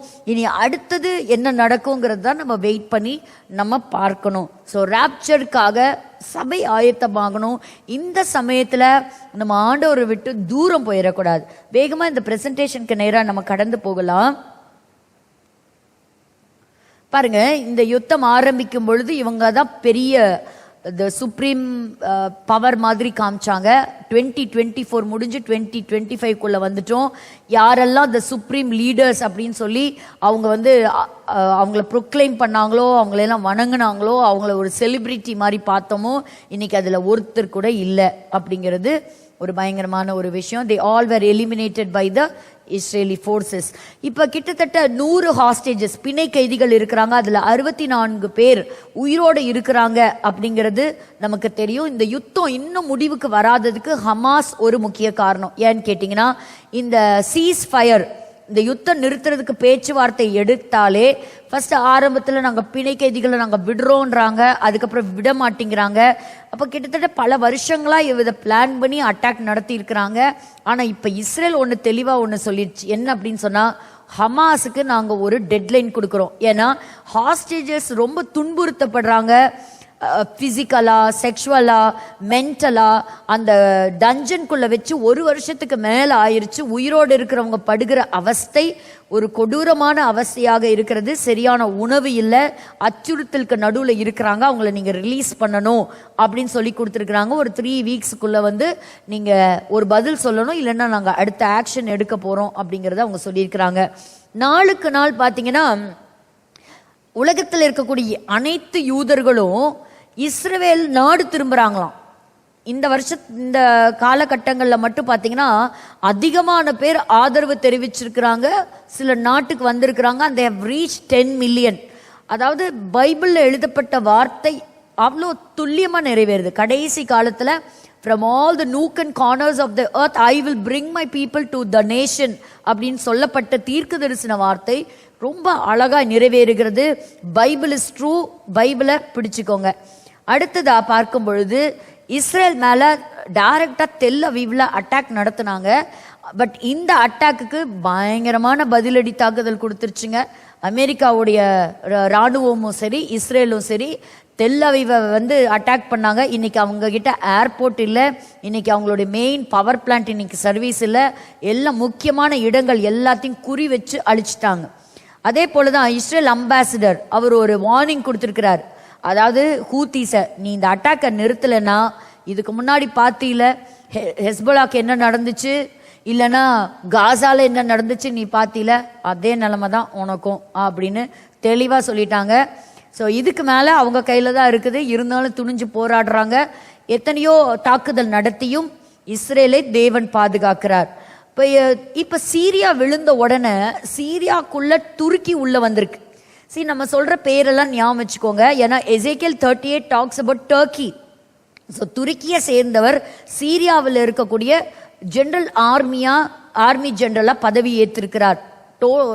டர்க்கி கண்ட்ரோல் எடுத்துட்டு இருக்கு அப்படிங்கிறத நம்ம பார்க்குறோம். ஸோ காசா, லெபனான், சீரியா அதெல்லாம் விழுந்ததுக்கு அப்புறம் ஈராக்கும் ஏமனும் இப்போ சண்டை நடத்திட்டு வருது. சீக்கிரத்தில் அதுவும் ஒன்றும் சத்தம் பேச்சு மூச்சு இல்லாமல் அடங்கிருங்கிறதுல எந்த ஒரு சந்தேகமும் இல்லை. பட் அவங்களே பாருங்க, ஒரு ரிப்போர்ட் சொல்லுது அடுத்ததா யார் வருவாங்களாம், ரஷ்யா டர்க்கி வருவதற்கான அவங்களுடைய மோட்டிவோட வருவாங்க அப்படிங்கிறதும் சொல்லப்படுகிறது. இப்போ இஸ்ரேல் என்ன பண்ணுச்சு அப்படின்னா, அவங்களுடைய முக்கியமான தலைவர்கள், அதுவும் October 7 யாரெல்லாம் கொலை பண்ணாங்களோ அவங்க எல்லாத்தையும் குறிவைத்து கம்ப்ளீட்டா எலிமினேட் பண்ணிட்டாங்க. NILI அப்படின்னு சொல்லக்கூடிய ஒரு ஃபோர்ஸ். ஒரு கொஞ்சம் மாதங்களுக்கு முன்பாக நமக்கு தெரியும், இந்த தீவிரவாதிகள் எல்லாருமே வந்து செல்போன் பயன்படுத்தல, எல்லாம் பேஜஸ் தான் பயன்படுத்தினாங்க. அதை பத்தின ஒரு ரிப்போர்ட் வந்திருக்கு. என்ன அப்படின்னு கேட்டிங்கன்னா, 10 வருஷமா பிளான் பண்ணிச்சா இஸ்ரேல் பிளான் பண்ணி இந்த டிவைஸை தயாரிச்சு இந்த டிவைஸை யார்கிட்ட கொடுத்து டெஸ்ட் பண்ணிச்சு தெரியுங்களா? பாருங்க, அந்த இடத்துல ரொம்ப ஆச்சரியம் அப்படின்னா, they have sent the devices to Iran கிட்ட கொடுத்து அவங்க டெஸ்ட் பண்ணியிருக்கிறாங்க. டெஸ்ட் பண்ணி தான் எக்ஸிக்யூட் பண்ணியிருக்கிறாங்க. இப்போ இந்த இடத்துல இந்த இஸ்ரவேலர்களுடைய சாமர்த்தியத்தை பத்தி உங்களுக்கு நான் சொல்லணும். அதாவது இவங்க கண்டினியூஸா பாத்தீங்கன்னா இன்னொரு சம்பவம் நடத்தியிருக்காங்க. அதாவது என்ன அப்படின்னா, இந்த சீரியாவில் செப்டம்பர் 8 ஒரு ஆப்ரேஷன் நடத்தியிருக்கிறாங்க. அந்த ஆப்ரேஷனுடைய பெயர் என்னன்னு கேட்டீங்கன்னா, ஆப்ரேஷன் டீப் லேயர். அதாவது இஸ்ரேலுக்கு ஒரு நியூஸ் கிடைக்குது, சீரியா நாட்டில் அண்டர் கிரவுண்டில் ஒரு இடத்துல மிசைல் தயாரிக்கிறாங்க. அந்த மிசைல் இஸ்ரேல் நாட்டுக்கு ஒரு ஆபத்து அப்படின்னு சொல்லக்கூடிய ஒரு தகவல் கிடைக்குது. ஆனால் ரொம்ப தூரத்தில் இருக்கக்கூடிய இந்த இடத்துல டீப் சீரியாவில் சென்டர் ஹார்ட் ஆஃப் த பிளேஸில் இந்த இடம் இருக்குது. ஸோ அதை குறிவைத்து இப்போ அழிக்கணும். ஸோ ஏர்ஃபோர்ஸ் வச்சு அங்கே மேலேருந்து பாம்பு போட்டு அழிக்க முடியாது, பிகாஸ் அது அண்டர் கிரவுண்டில் இருக்குது அப்படிங்கிறத இந்த இஸ்ரேல் அந்த ஃபோர்ஸ் வந்து இன்டெலிஜென்ட் ஃபோர்ஸ் வந்து கண்டுபிடிக்குது. மொசாட் பயங்கர திறமையானவர்கள், இன்றல்ல, அவங்க காலகாலமாக அவங்க வித்தியாசமாக யோசிக்கிறவங்க தான். அப்போ என்ன நடந்திருக்கு அப்படின்னு கேட்டிங்கன்னா, இப்போ சமீபத்தில் ஒரு ரிப்போர்ட் வெளியே வந்திருக்கு. இஸ்ரேல் சீரியா மேலே ஒரு ரெய்டு நடத்தி சீரியாவில் ஈரானுக்கு சொந்தமான மிசைல் மேனுஃபேக்சரிங் யூனிட்டை கண்டுபிடிச்சு அழிச்சிருக்கு அப்படிங்கிறத இப்போ ரிப்போர்ட் வெளியே வந்திருக்கு. ஸோ அதை வந்து நியூயார்க் டைம்ஸாக இருக்கட்டும், மற்ற செய்தித்தாள்கள் அதை வெளியே கொண்டு வந்திருக்கிறாங்க. அப்போது இதெல்லாம் எப்போ இந்த நியூஸ் வந்திருக்குன்னா, இப்போ பாஷர் அல் அசாத் அவருடைய ராஜ்யம் வீழ்ச்சி அடைஞ்சதுக்கு அப்புறம் தான் செப்டம்பர் 8 இஸ்ரேல் சீரியாவுக்குள்ள ரகசியமாக உள்ள வந்திருக்கு அப்படிங்கிறத சொல்லியிருக்கிறாங்க. என்ன அழகா நடத்தியிருக்கிறாங்க பாருங்க. இவங்க தனி விமானத்தில் பயணிச்சு மேலிருந்து கயிறு வழியா ஒரு சிலர் இறங்கி ஒரு ரிசர்ச் சென்டர், அதான் CERS அல்லது SSRC அப்படின்னு சொல்றாங்க, scientific studies and research centre, Masyaf அப்படின்னு சொல்லக்கூடிய ஒரு பகுதிக்குள்ள கயிறு வழியா, ஏதோ அந்த காலத்துல வந்து ஒரு பெரிய ஹாலிவுட் மூவிஸ்ல தான் கற்பனைக்கு அப்பாற்பட்டதெல்லாம் எடுத்துட்டு இருக்கிறாங்கன்னு பார்த்தா, இந்த இஸ்ரவேலர்கள் பண்றதும் கொஞ்சம் நெஞ்சம் இல்லை. கயிறு வழியா உள்ள இறங்கி அந்த ரிசர்ச் சென்டருக்கு என்டர் ஆகக்கூடிய இடத்துல நின்ன பாடி கார்டை சுட்டு வீழ்த்தி அண்டர் கிரவுண்ட்ல போய் சில முக்கியமான சீக்ரெட் டாக்குமெண்ட்ஸை கைப்பற்றி அந்த இடத்துல எக்ஸ்ப்ளோசிவ்ஸை செட் பண்ணிட்டு வந்து வெளியே போயிட்டாங்க. இவங்க அது 1 ஹவர்க்குள்ள இந்த ஒர்க்கெல்லாம் முடிக்கிறதுக்குள்ள மற்ற இடத்துல எங்கெங்கெல்லாம் வந்து அந்த மேனுஃபேக்சரிங் யூனிட் இருந்ததோ, ஆயுதங்களை தயாரிக்கக்கூடிய இந்த நிறுவனங்கள் இருந்ததோ, அது எல்லாத்தையும் அழிச்சிருக்கிறாங்க. அந்த கிரவுண்ட் ஆப்ரேஷன்ஸ் எல்லாம் அந்த இடத்துல அவங்க ஃப்ரம் ஏர் டு கிரவுண்ட் அந்த ஆப்ரேஷன்ஸ் எல்லாம் பண்ணியிருக்கிறாங்க. இந்த சமயத்துல அந்த அண்டர் கிரவுண்டுக்குள்ள போய் அந்த இடத்துல எக்ஸ்ப்ளோசிவ்ஸை செட் பண்ணிட்டு வச்சு அதை தகர்த்திருக்கிறாங்க. ஒரு பயங்கரமான ஒரு ஒரு ஒரு டேரிங் ஆப்ரேஷன் அப்படின்னு சொல்றாங்க. அதுக்கு பேரு ஆப்ரேஷன் டீப் லேயரா. அப்போ கிட்டத்தட்ட இஸ்ரேலுடைய வடக்கு பகுதியிலிருந்து 200 கிலோமீட்டருக்கு அந்த சைடு தான் அந்த சைட் இருக்கு. அதை 5 வருஷமா IDF மானிட்டர் பண்ணிட்டே இருந்திருக்குது. ஸோ இங்க சில ஆயுதங்களை தயாரிக்கிறாங்க, சில கெமிக்கல் வெப்பன்ஸ் தயாரிக்கப்படுகிறது. இது எல்லாத்தையும் நோட்டம் விட்டுக்கிட்டே இருந்த இன்டெலிஜென்ட் ஏஜென்சி தருணம் பார்த்து கரெக்டாக அது என்ன செய்திருக்கிறாங்கன்னா, கம்ப்ளீட்டாக இராடிகேட் பண்ணியிருக்கிறாங்க 1 ஹவருக்குள்ள. உலகத்துக்கே தெரியாதுங்க. இப்போதான் இந்த நியூஸ் அங்கங்க வெளியே வந்து இப்படி ஒரு ஆப்ரேஷனை இவங்க பண்ணியிருக்கிறாங்க. அப்போ இவங்களுடைய திறமை என்னன்னு பார்த்தீங்கன்னா, எதிரி எங்க இருக்கிறானோ அங்கே உள்ள போய் அவங்கள அழிக்கிறது தான் இவங்களுடைய ஸ்ட்ராட்டஜி. ஒரு சின்ன உதாரணம் பாருங்க. நியாயாதிபதிகளின் புஸ்தகம் 3வது அதிகாரம். நியாயாதிபதிகளின் புஸ்தகம் 3வது அதிகாரம். ஆண்டவர் அந்த நாட்களில் எடுத்த ஒரு நியாயாதிபதி பற்றி நம்ம பார்க்கலாம். அதை நீங்கள் அந்த ஸ்டோரியை வந்து ஃபுல்லாகவே நீங்கள் வாசிக்கலாம். 12வது வசனத்திலிருந்து அதில் எனக்கு ரொம்ப கவர்ந்த ஒரு வசனம், முதல்ல 2வது வசனத்தை வாசிங்க. நியாயாதிபதிகள் 3:2. இஸ்ரவேல் புத்திரரின் சந்ததியாரும் அதற்கு முன் யுத்தம் செய்ய அறியாதிருந்தவர்களும் அவைகளை அறியும்படி பழக்குவிப்பதற்காகவும் கர்த்தர் விட்டு வைத்த ஜாதிகள் யார் என்றால், இதெல்லாம் எப்படின்னா ரொம்ப அப்படி கண்ணுக்கு முன்னாடி இந்த சீனை நம்ம கண்ணுக்கு முன்னாடி கொண்டு வந்துடணும். இஸ்ரவேல் புத்திரரின் சந்ததியாரும் அதற்கு முன் யுத்தம் செய்ய அறியாதிருந்தவர்களும். ஸோ மிலிட்ரி ட்ரைனிங் இல்லாதவங்க, இது வரைக்கும் யுத்தத்தில் ஈடுபடாதவங்க, அவைகளை அறியும்படி பழக்குவிப்பதற்காக. ஆண்டவர் பாருங்க, ஒரு எனிமி வந்தா தானே நம்ம சண்டை போடுவோம், சண்டை போடும்போது தானே வி கெட் ட்ரெயின்ட். அப்படி ஆண்டவர் ட்ரைனிங்காக என்ன பண்ணாராம், கர்த்தர் விட்டு வைத்த ஜாதிகள் யார் என்றால் அப்படின்னு சொல்லி. அப்போ ஆண்டவர் அந்த ஜனங்களை எப்படி யுத்தத்துக்கு பழக்க வைக்கிறார் அப்படின்னு சொல்லி பாருங்களேன். ரொம்பவே ஆச்சரியமான ஒரு விஷயம். அப்படி இருக்கும் பொழுது என்ன ஆச்சு அப்படின்னா, காலங்காலங்களா குட்டி குட்டியா இன்னைக்கு இருக்கக்கூடிய சின்ன தலைவர்கள் மாதிரி, அரசு தலைவர்கள் மாதிரி சின்ன சின்ன நியாயாதிபதிகள் எந்திரிப்பாங்க, ஜனங்களை விசாரிப்பாங்க. அப்புறம் ஒரு யுத்தம் வரும்போது அந்த யுத்தத்தை நடத்திட்டு போவாங்க. தற்காலிகமான லீடர்ஸாக இருந்தாங்க, ஒரு டெம்பரரி லீடர்ஸ். அப்படி இருக்கும் பொழுது என்ன ஆச்சு அப்படின்னு சொன்னா, அப்போ ஒத்னியேல் அப்படின்னு சொல்லக்கூடிய ஒரு நியாயாதிபதி செத்து போறார். அவருடைய மரணத்துக்கு அப்புறம் ஒரு எக்லோன் அப்படின்னு சொல்லக்கூடிய ஒரு மோவாப் ராஜா இஸ்ரவேல் ஜனங்கள் மேல அவன் வந்து யுத்தத்துக்கு வரான். அப்ப யுத்தத்துக்கு வரும் பொழுது பாருங்க அந்த வசனம், எக்லோன் என்னும் மோவாபின் ராஜாவை இஸ்ரவேலுக்கு விரோதமாய் பலக்க பண்ணினார்.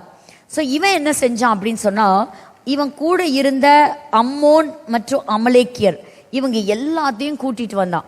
இந்த வசனங்கள் எல்லாமே ரொம்ப ஆச்சரியமான வசனங்கள். 13ல பார்த்தீங்கன்னா, பேரிச்ச மரம் இறஞ்ச பட்டணத்தை பிடிச்சானா. ஒன்று ஞாபகம் வச்சுக்கோங்க, இப்போ எக்லோன் தான் எனிமி.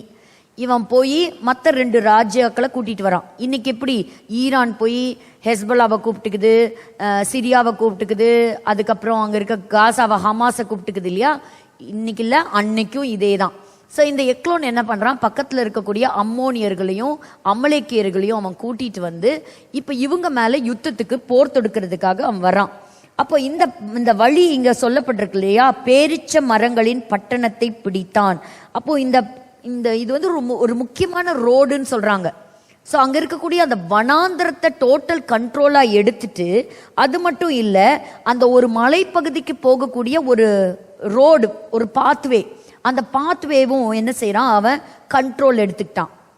அப்படி இருக்கிற சமயத்தில் இந்த ஜனங்கள் ரொம்ப கஷ்டப்படுறாங்க. அந்த ராஜாக்கு கீழே ரொம்ப கொடுமையாய் நடத்துறான். கிட்டத்தட்ட 18 வருஷமா அவனுக்கு கீழே அடிமையா இருக்காங்க. அப்போ நியாயாதிபதியா எழும்புறவனுடைய பெயர் ஏகூத். இந்த வசனம் சொல்லுகிறது, ஏகு இடது கை பழக்கமுடைய ஒரு பெஞ்சமின் கோத்திரத்தை சேர்ந்தவன். அப்போ அவன் லெஃப்ட் ஹேண்டை யூஸ் பண்றான். இந்த பகுதியை நீங்க எல்லாரும் படிச்சிருப்பீங்க. அப்போ ஒரு நாள் என்ன செய்யறா, ஏகூத் ஒரு கத்தி ஒன்று நல்லா செஞ்சிருக்கிறானா. அதாவது இதுக்காகவே அந்த கத்தியை செஞ்சிருக்கணும் அப்படின்னு சொல்றாங்க. ஸோ 1 முழ நீளமுள்ள ஒரு கத்தியை அவன் செய்கிறான். அப்போ அந்த 18 inches அப்படின்னு சொல்றாங்க, அப்படியே ஒரு கத்தியை செய்யறான். அந்த கத்தி 2 புறமும் கருக்குள்ள கத்தி. பட் 2 புறமும் கருக்குள்ள கத்தியை வந்து ஒருத்தர் கொலை செய்யறதுக்கு பயன்படுத்த மாட்டாங்க. ஒரு சைடு தான் கருக்குள்ளதா இருக்குமா. இந்த 2 சைடும் கருக்குள்ளதை வந்து they use it for only chopping. அப்போ அதை வந்து ஒருத்தர் கொலை செய்யறதுக்கு பயன்படுத்தாத ஒரு கத்தி. இப்போ இந்த எகுத் என்ன செய்யறான், இந்த ராஜாவை சந்திக்கிறதுக்கு போறான், எக்லோனை சந்திக்கிறதுக்காக போறான். இவன் இஸ்ரவேலர்களுடைய நியாயாதிபதி. இவன் என்ன பழக்கமுடையவன், இடதுகை பழக்கமுடையவன். அப்போ அவன் என்ன செய்யறான், அந்த கத்தியை எடுத்து அப்போ தன்னுடைய வலது பக்கத்துல அவன் வச்சுக்கிறான். நல்லா பார்த்துக்கோங்க, மிலிட்ரியிலே சில ரூல்ஸ் எல்லாம் இருக்கும். மிலிட்ரியில் பார்த்தீங்கன்னா நீங்கள் கண்ணாடி போட்டிருக்க கூடாது, இவ்வளோ ஹைட் இவ்வளோ வெயிட் தான் இருக்கணும், அப்புறம் உங்களுக்கு நீங்கள் பர்ஃபெக்ட் பாடி பில்டராக இருக்கணும், ஒரு மெடிக்கல் டெஸ்ட் எடுப்பாங்க. அந்த மெடிக்கல் டெஸ்ட் எல்லாம் வந்து அதில் நீங்கள் பாஸ் பண்ணால் மட்டும்தான் இந்தியன் ஆர்மியில் ஒரு சோல்ஜராக நீங்கள் வந்து ஒர்க் பண்ணலாம், அதில் சேர முடியும். அதில் கொஞ்சம் ஏதாவது ஒரு சர்ஜரி நீங்கள் பண்ணியிருக்கிறீங்க அப்படின்னு சொன்னால் யூ வில் பி டிஸ்குவாலிஃபைடு. அப்போ அந்த பர்ஃபெக்ட் அவங்க சொல்றதுக்கு மேட்சிங் அந்த கிரைட்டீரியாவில் வந்தால் மட்டும்தான் you will be taken as a soldier to serve in Indian army. அப்போ ஒரு இந்தியன் ஆர்மியோடைய ப்ரொசீஜர் என்ன அப்படின்னா, நீங்க பார்த்துருப்பீங்க, நிறைய போலீஸ் எல்லாம் பார்த்துருப்பீங்க, அப்போ அவங்கெல்லாம் வந்து என்ன செய்வாங்கன்னா இந்த சைடு, அதாவது ஒருத்தர் எனிமி வராங்க அப்படின்னா அந்த வலது கையை எடுத்து இந்த இடது பக்கத்தில் இருக்கிற இந்த வாளை எடுத்து இப்படி உருவி குத்துவாங்க. இதுதான் அன்னைக்கு இருக்கக்கூடிய வாருடைய ஸ்ட்ராட்டஜி. எப்படி உங்களோட இடது பக்கம் இருக்கும், அது பாடியோட பாதி வரைக்கும் வரும். ஸோ நீங்க வலது கையை பயன்படுத்தி உங்களுடைய இடது கை பக்கத்தில் இருக்கக்கூடிய வாளை நீங்க எடுக்கணும். ஆனா இந்த இடத்துல எகு இடது கை பழக்கம் உடையவன் அந்த கத்தியை என்ன செஞ்சிருந்தான்னா தன்னுடைய வலது பக்கத்துல அவன் வச்சிருந்தான். அப்ப இப்ப ராஜாவை பாக்குறதுக்கு உள்ள என்ட்ரு ஆகுறான். என்ட்ரு ஆகும்போது பார்த்தா எதுக்காக அவன் போறான் அப்படின்னு சொன்னா, இவங்க யாருக்கு கீழே அடிமைகளா இருக்கிறாங்களோ அந்த ராஜாக்கு வருஷந்தோறும் வரி கட்டணும். அதாவது துணிமணி எடுத்து, அதாவது கார்மெண்ட்ஸ், விலையுயர்ந்த வஸ்திரங்கள், இல்லைன்னா பொன், இல்லைன்னா வெள்ளி, இல்லைன்னா அந்த நாட்டினுடைய விளைச்சல்கள், இதை கொண்டு போய் அந்த ராஜாவுக்கு கொண்டு போய் அவங்க கொடுக்கணும். இதுதான் அவங்களுடைய வழக்கம். அப்போ இஸ்ரவேலர்கள் அடிமைகளா இருக்கிறாங்க இந்த மோவாப் தேசத்தின் ராஜாவாகிய எக்லோனுக்கு. இப்ப எக்லோனுக்கு என்ன செய்யறான்னா கொஞ்சம் கிஃப்ட் எல்லாம் எடுத்துட்டு அந்த ராஜாவை பார்க்கறதுக்காக அவன் போறான். அப்படி அவன் பார்க்கும் பொழுது ஒரு ராஜாவை அவ்வளவு சீக்கிரம் பார்க்க முடியுமா? அப்ப அந்த ராஜாவை பார்க்கறதுக்கு சில செக்யூரிட்டியை நம்ம தாண்டி தான் போகணும். இப்போ பாருங்க, பிரைம் மினிஸ்டரை பார்க்க போறீங்கன்னா உங்களை கம்ப்ளீட்டா தரோவா செக் பண்ணி தான் அனுப்புவாங்க. உங்ககிட்ட ஆயுதங்கள் இருக்கா, நீங்க யாரு, எவரு, எதுக்கு வந்திருக்கிறீங்க, இது எல்லாத்தையும் அவங்க பார்த்து தான் என்ன செய்வாங்கன்னா உங்களுக்கு அவங்க உள்ள அனுப்புவாங்க. அப்ப அவன் தன்னுடைய வஸ்திரத்துக்குள்ளே தன் வலது புறத்து இடுப்பிலே கட்டி கொண்டானா. கட்டிக்கொண்டு காணிக்கையை எடுத்துட்டு ராஜாவை பார்க்கறதுக்காக அவன் போறான். அப்ப காணிக்கையை செலுத்திடுறாங்க, கொண்டு வந்த காணிக்கையை செலுத்துறாங்க. இப்படி எல்லாம் ஒரு சம்பவம் நடந்துச்சா அப்படின்னு கேட்டா வேதத்துல அதற்கான ஆதாரங்கள் உண்டு. இந்த பிரசன்டேஷன் மட்டும் ஓபன் பண்ணலாம்.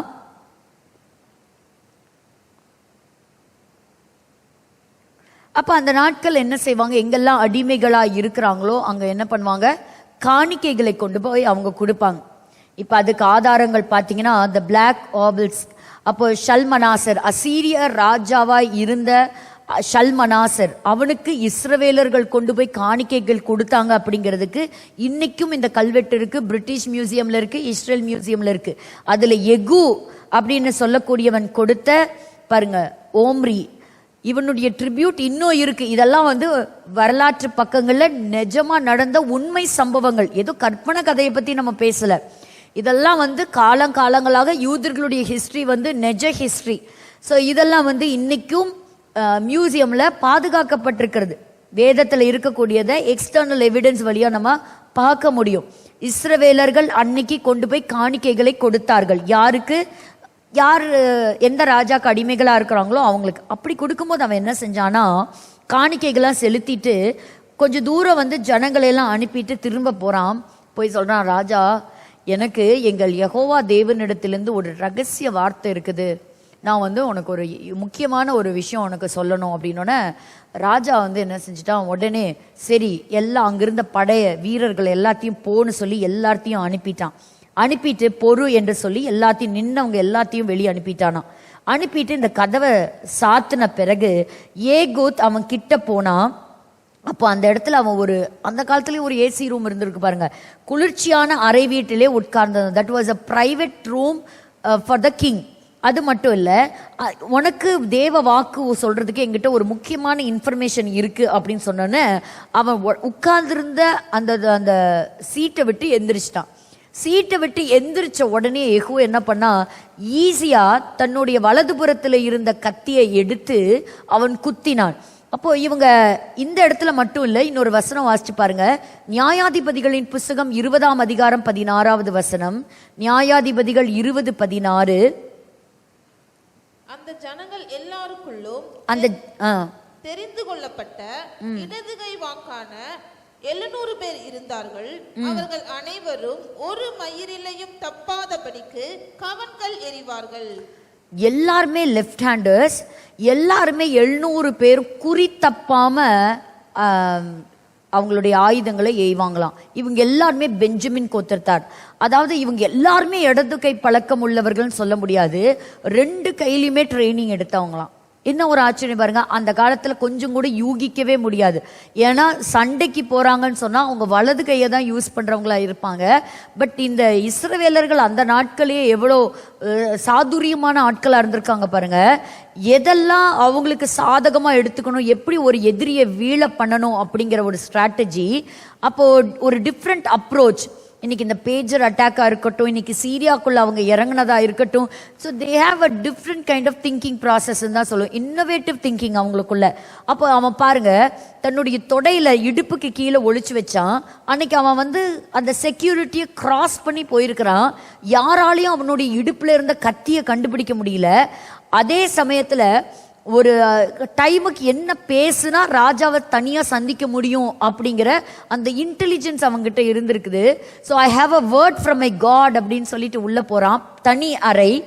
அப்போ ஜனங்களுக்கு தெரியும், சோல்ஜர்ஸ்க்கு தெரியும் இவங்கிட்ட ஆயுதம் இல்லைன்னு சொல்லி அவனை அனுப்புறாங்க. அவன் எடுத்து உருவ குத்தினானா. அப்போ உள்ள போய் அந்த ஹேண்டிலோட அவனுடைய வயிற்றுல இறங்கிருச்சு.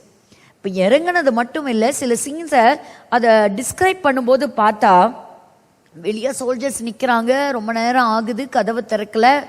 அப்போதான் பார்த்தா ஒரு வசனம் இருக்குது. ஊழியக்காரங்க நினைக்கிறாங்க ஒருவேளை 24வது வசனத்தில் பார்க்கும் பொழுது, இதோ அறை வீட்டின் கதவு பூட்டப்பட்டு இருந்தது, ஆகையால் அவர் அந்த குளிர்ச்சியான அறையிலே மல ஜலாதிக்கு இருக்கிறாராக்கும் என்றார். அதாவது he was using his toilet. அப்போ எப்படி அப்படின்னு சொன்னா, அந்த நாட்கள்ல ஒரு வீட்டுக்குள்ள ஒரு டாய்லெட் இருக்கிறதுங்கிறது ஒரு பெருமைக்குரிய விஷயம் அப்படின்னு சொல்றாங்க. அப்போ அந்த டாய்லெட் யூஸ் பண்றார் அப்படிங்கறது எப்படி இவங்க யூகிச்சாங்களாம்? Because of the smell. ஏன்னு கேட்டா, இந்த டாய்லெட் பேசின்க்கு அதை உடைச்சுதான் இந்த என்ன பண்ணியிருக்கணும், இவன் அது வழியாக உள்ளே நுழைந்து கீழே ஏகூத் ஓடி இருக்கணுமா. ஓடி இவங்க இதெல்லாம் யூகிச்சு கதவை உடைச்சு உள்ள ராஜா செத்து போனதை பார்க்கறதுக்குள்ளாரையே அந்த டாய்லெட் பேசினை எடுத்து அதற்கு கீழாக இருக்கக்கூடிய அந்த வழியாக இவன் கடந்து போயிருப்பான். கதவை பூட்டிட்டு வேறு வழியாய் அந்த அறை வீட்டை விட்டு ஓடி போயிட்டான். ஓடி போய் அங்கிருந்த மக்களை கூட்டிட்டு சீக்கிரமா அந்த லீடர் செத்து போனதை பயன்படுத்திக்கிட்டு ஈஸியா அவங்கள முறியடிச்சிட்டான். ஸோ இன்னைக்கு இவங்க பண்ற ஸ்ட்ராட்டஜியும் இதே தான். அவங்க ஊருக்குள்ளாரையே நுழையிறது, அவங்க ஆட்களையே, சுப்ரீம் லீடரை இஸ்மாயில் ஹனியை எடுத்துக்கோங்க ஈரான்ல, அதே மாதிரி ஹசன் நஸ்ரல்லா எடுத்துக்கோங்க, அவங்க ஊருக்குள்ளாரையே போறது, ஒரு டிஃப்ரெண்டான ஸ்ட்ராட்டஜியை பயன்படுத்துறது, அவங்களுடைய வீக்னஸ் என்னன்னு தெரிஞ்சுக்கிறது, அதை பயன்படுத்தி லீடர்ஸ் அழிக்கிறது, பிற்பாடு இந்த மிலிட்ரி டீம் எடுத்துட்டு போய் கம்ப்ளீட்டா கான்குயர் பண்றது. So this is not the strategy of Israelites today, but இது காலமாக ஆயிரக்கணக்கான வருஷங்களாக அவர் செய்கிறார்கள் என்பது மிகவும் ஆச்சரியமான ஒரு விஷயமாகவே இருக்கிறது. அப்போ இந்த மாதிரி ஒரு ஸ்ட்ராட்டஜியை இன்னைக்கும் பயன்படுத்துறாங்க. இப்போ வரக்கூடியது பார்க்கும் பொழுது பார்த்தீங்கன்னா, அக்டோபர் 7 மட்டும் கிட்டத்தட்ட 600 பேரை தலை வெட்டி கொலை செய்திருக்கிறாங்க அப்படின்னு சொல்லியிருக்கிறாங்க. இப்போ ட்ரம்ப் ஒரு வார்னிங் கொடுத்துருக்கிறாரு, சீக்கிரத்தில் ஹாஸ்டேஜஸை விட்டுட்டா உனக்கு நல்லது, இல்லைன்னா நான் என்னுடைய கவர்மெண்ட் வரும்போது இன்னும் அது ஒரு பயங்கரமாக இருக்கும் அப்படின்னு அவங்க சொல்லியிருக்கிறாங்க. பாருங்க, இதெல்லாம் நியூ இயருடைய செலிப்ரேஷன்ஸ் நடந்த ஒரு சில பக்கங்கள். இதெல்லாம் தாண்டி நாங்கள் எத்தனை விழுந்தாலும் நாங்கள் எந்திரிச்சு தைரியமாக நாங்கள் நிற்போம் அப்படிங்கிற மாதிரி மறுபடியும் ஈரான்லேருந்து லெபனான் பேஸ்டு மிசைல்ஸ் எல்லாம் எப்படி அழிக்கப்பட்டதுன்னு தெரியாமல் பாருங்க, ஒரு பெரிய ஸ்போக்ஸ்மேன் பேசியிருக்காரு. மை டியர் எனிமீஸ் இஸ்ரேல், பார் நாங்கள் வந்திருக்கோம், எங்ககிட்ட எவ்வளோ பெரிய ஆயுதங்கள் இருக்கு பாரு, இதெல்லாம் உன்னால் சமாளிக்க முடியுமா, தாக்கு பிடிக்க முடியுமா, உன்னை அழிச்சே ஆவோம் அப்படின்னு தெஹரான்ல இருந்தே பேசியிருக்கிறாரு. நமக்கே தெரியும் இதோடைய ரிசல்ட் என்னவா இருக்கும் அப்படின்னு சொல்லிட்டு. அதே போல சைனாலிருந்து பார்க்கும்பொழுது தைவானோட இருக்கக்கூடிய ரீயூனிஃபிகேஷனை பற்றி பேசுறாரு. லிபியாவோட எல்லாரும் கூட்டு சேர்றாங்க, அதற்கான சில ஸ்லைட்ஸ் தான் இதெல்லாம். லிபியா கிட்ட இருந்து க்ரூட் ஆயில் வாங்குறாங்க, லிபியாவுக்கு வெப்பன்ஸ் அனுப்புறாங்க. ஏற்கனவே காசா முன் பின் பாருங்க, 2024க்கு முன்னாடி எப்படி இருந்துச்சு, 2024 தரைமட்டம் ஆயிருச்சு இஸ்ரவேலோட. மவுண்ட் ஹெர்மோன் இன்னைக்கு இது அதிகமான பனிக்கட்டி வழிந்து வெள்ளப்பெருக்கு காணப்படுகிறது. இதுதான் கும்ரான் தீவு, டெட்சி பக்கத்தில். இங்கிருந்து தான் ஏராளமான அந்த சுருள்கள், இந்த வேதாகம சுருள்கள்லாம் எடுக்கப்பட்டது இந்த கும்ரான் தீவுகள்ல இருந்து தான். ஸோ அங்கெல்லாம் ஒரே வெள்ளப்பெருக்குகளை நம்ம பார்க்கிறோம். ஹனுக்கா அப்படின்னு சொல்லக்கூடிய லைட் ஃபெஸ்டிவலை செலிப்ரேட் பண்ணாங்க. பெஞ்சமின் நெத்தனியாகவும் ஒரு சர்ஜரி அண்டர்கோ பண்ண வேண்டியதாக இருந்தது. அந்த சர்ஜரி முடித்து அவர் திரும்பி இருக்கிறார். ரஷ்யாவும் சீரியாவும் நல்ல நட்பு நாடுகளாக நல்ல உறவுல இருந்தாங்க. இப்போ சீரியா ரஷ்யாவை டோட்டலாக வெளியே அனுப்பின உடனே இதுதான்டா சாக்குன்னு உக்ரைன் உள்ளே வந்திருக்கு. உக்ரைன் சொல்லியிருக்கு, நான் உனக்கு கோதுமை சப்ளை பண்ணுறேன்னு. இத்தனை நாள் ரஷ்யா கிட்ட இருந்து தான் ஒரு சப்சிடைஸ்டு ப்ரைஸில் வாங்கிட்டு இருந்தாங்க. அதே சமயத்தில் அல் ஜசீரான் அவங்களுடைய ஓன் பத்திரிக்கையவே என்ன செஞ்சிருக்குன்னா பேன் பண்ணியிருக்கு, நீ தவறான நியூஸ் எல்லாம் பரப்புற அப்படின்னு சொல்லிட்டு. ஸோ இந்த மாதிரி அவங்களுக்குள்ளாரியே ஏகப்பட்ட கன்ஃபியூஷன்ஸ். அதே சமயத்தில் இஸ்ரேலில் இத்தனை நாள் ஃபார்மர் இஸ்ரேல் டிஃபென்ஸ் மினிஸ்டர் இந்த யோ கேலன் அவர் ராஜினாமா செய்திருக்கிறார் கெனசெட்ல இருந்து. ஸோ இஸ்ரேல் அதுதான் தன்னுடைய கமாண்டோஸை ரெய்டுக்கு அனுப்பி இருக்குது. எங்க சீரியாவுக்குள்ள 4 மாசத்துக்கு முன்பாக நடத்தி முக்கியமான ஆவணங்களை கைப்பற்றி ரகசியமா எடுத்துட்டு போயிருக்கு. இதெல்லாம் யாராலையும் செய்யவே முடியாதுன்னு சொல்லியிருக்கிறாங்க. தொடர்ந்து மீளாத வகையில யுத்தத்தை நடத்தி ஈரானுடைய கரன்சி டோட்டலாகவே டவுன் ஆகி போயிருக்குது. இனி வரக்கூடிய நாட்கள் எப்படி இருக்கும் அப்படின்னு தெரியல. அதே சமயத்தில் இப்போ துருக்கி வேகமாய் முன்னேறி வருகிறது. துருக்கியில் பாருங்க, இஸ்ரேல ஒரு டெரரிஸ்ட் கண்ட்ரி அப்படிங்கிறதையும் போட்டிருக்கிறாங்க. அவங்களுடைய இஸ்தான்புல்லுடைய மெயின் இதில் ஜெருசலேம் எங்களுடைய சிட்டி நாங்கள் கைப்பற்றுவோம் அப்படின்னு சொல்லி அதுதான் எங்களுடைய ஃபோக்கஸ் அப்படின்னு கூட சொல்லியிருக்கிறாங்க. இந்த இடத்துல பார்க்கும்பொழுது ரஷ்யா தன்னுடைய படைகளை ஆப்பிரிக்கா அல் கதீம் அதாவது அந்த ஏர்போர்ட் லிபியாவுக்கு அனுப்பியிருக்கேன். ஏன் லிபியாவை பற்றி சொல்கிறேன், எசேக்கியல் 38 லிபியாங்கிற பேர் இருக்கு. இத்தனை நாள் நீங்கள் லிபியாவை பற்றி படிச்சிங்களா? லிபியாவை பற்றி யோசிப்பீங்களா? பாருங்க, எல்லாம் இப்போ லிபியாவோட கை கோர்த்துருக்குறாங்க அப்படிங்கிறத பார்க்குறோம். So we understand that we come closer to the end. அதுதான் இப்போ சமீபத்தில் நடந்த 2 மிகப்பெரிய அட்டாக், அதுக்கு ISIS மற்றும் அல் கொய்தா ஆர்கனைசேஷனுடைய குறுக்கீடு இருக்கும் அப்படின்னு சொல்றாங்க. இந்த நியூ இயர் செலிப்ரேஷன்ஸ்ல நியூ ஆர்லியன்ஸ் அப்படின்னு சொல்லக்கூடிய இடமா இருக்கட்டும், அதே போல லாஸ் வேகாஸ்ல நிவேடா அப்படிங்கிற கூடிய இடத்துல ஒரு ட்ரக் வெடிச்சதா இருக்கட்டும். சரி, அடுத்தது 2 முக்கியமான ஈவெண்ட்டுக்காக நம்ம வெயிட் பண்றோம். ஒன்று, லெபனானோடு கூட ஒப்பந்தம் செய்த 60 நாள் இந்த சமாதான சீஸ் ஃபயர் அக்ரிமெண்ட் ஒரு முடிவுக்கு வருகிறது. டொனால்ட் ட்ரம்ப் அவங்களுடைய பதவி ஏற்பு சீக்கிரத்தில் நடக்குது. அவர் வரும்பொழுதுதான் காசா மற்றும் ஈரானுடைய நிலைமை, இஸ்ரேலுடைய நிலைமை என்ன அப்படிங்கிறது நமக்கு தெரியும். could it lead to escalation of the war அப்படின்னு நம்ம ஒரு கேள்வியோட முடிக்கலாம். இப்போ ஒரு சின்ன வீடியோ ஃபர்ஸ்ட் நீங்க பாருங்க. இந்த வீடியோ எதுக்கு அப்படின்னு சொன்னா, நம்ம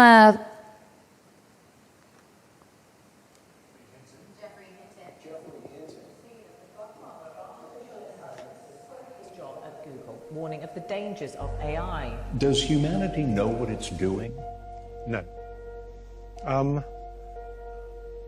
I think we're moving into a period when, for the first time ever, we may have things more intelligent than us.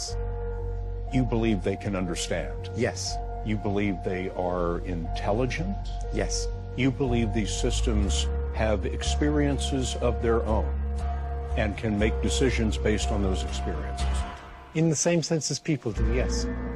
Are they conscious? I think they probably don't have much self-awareness at present.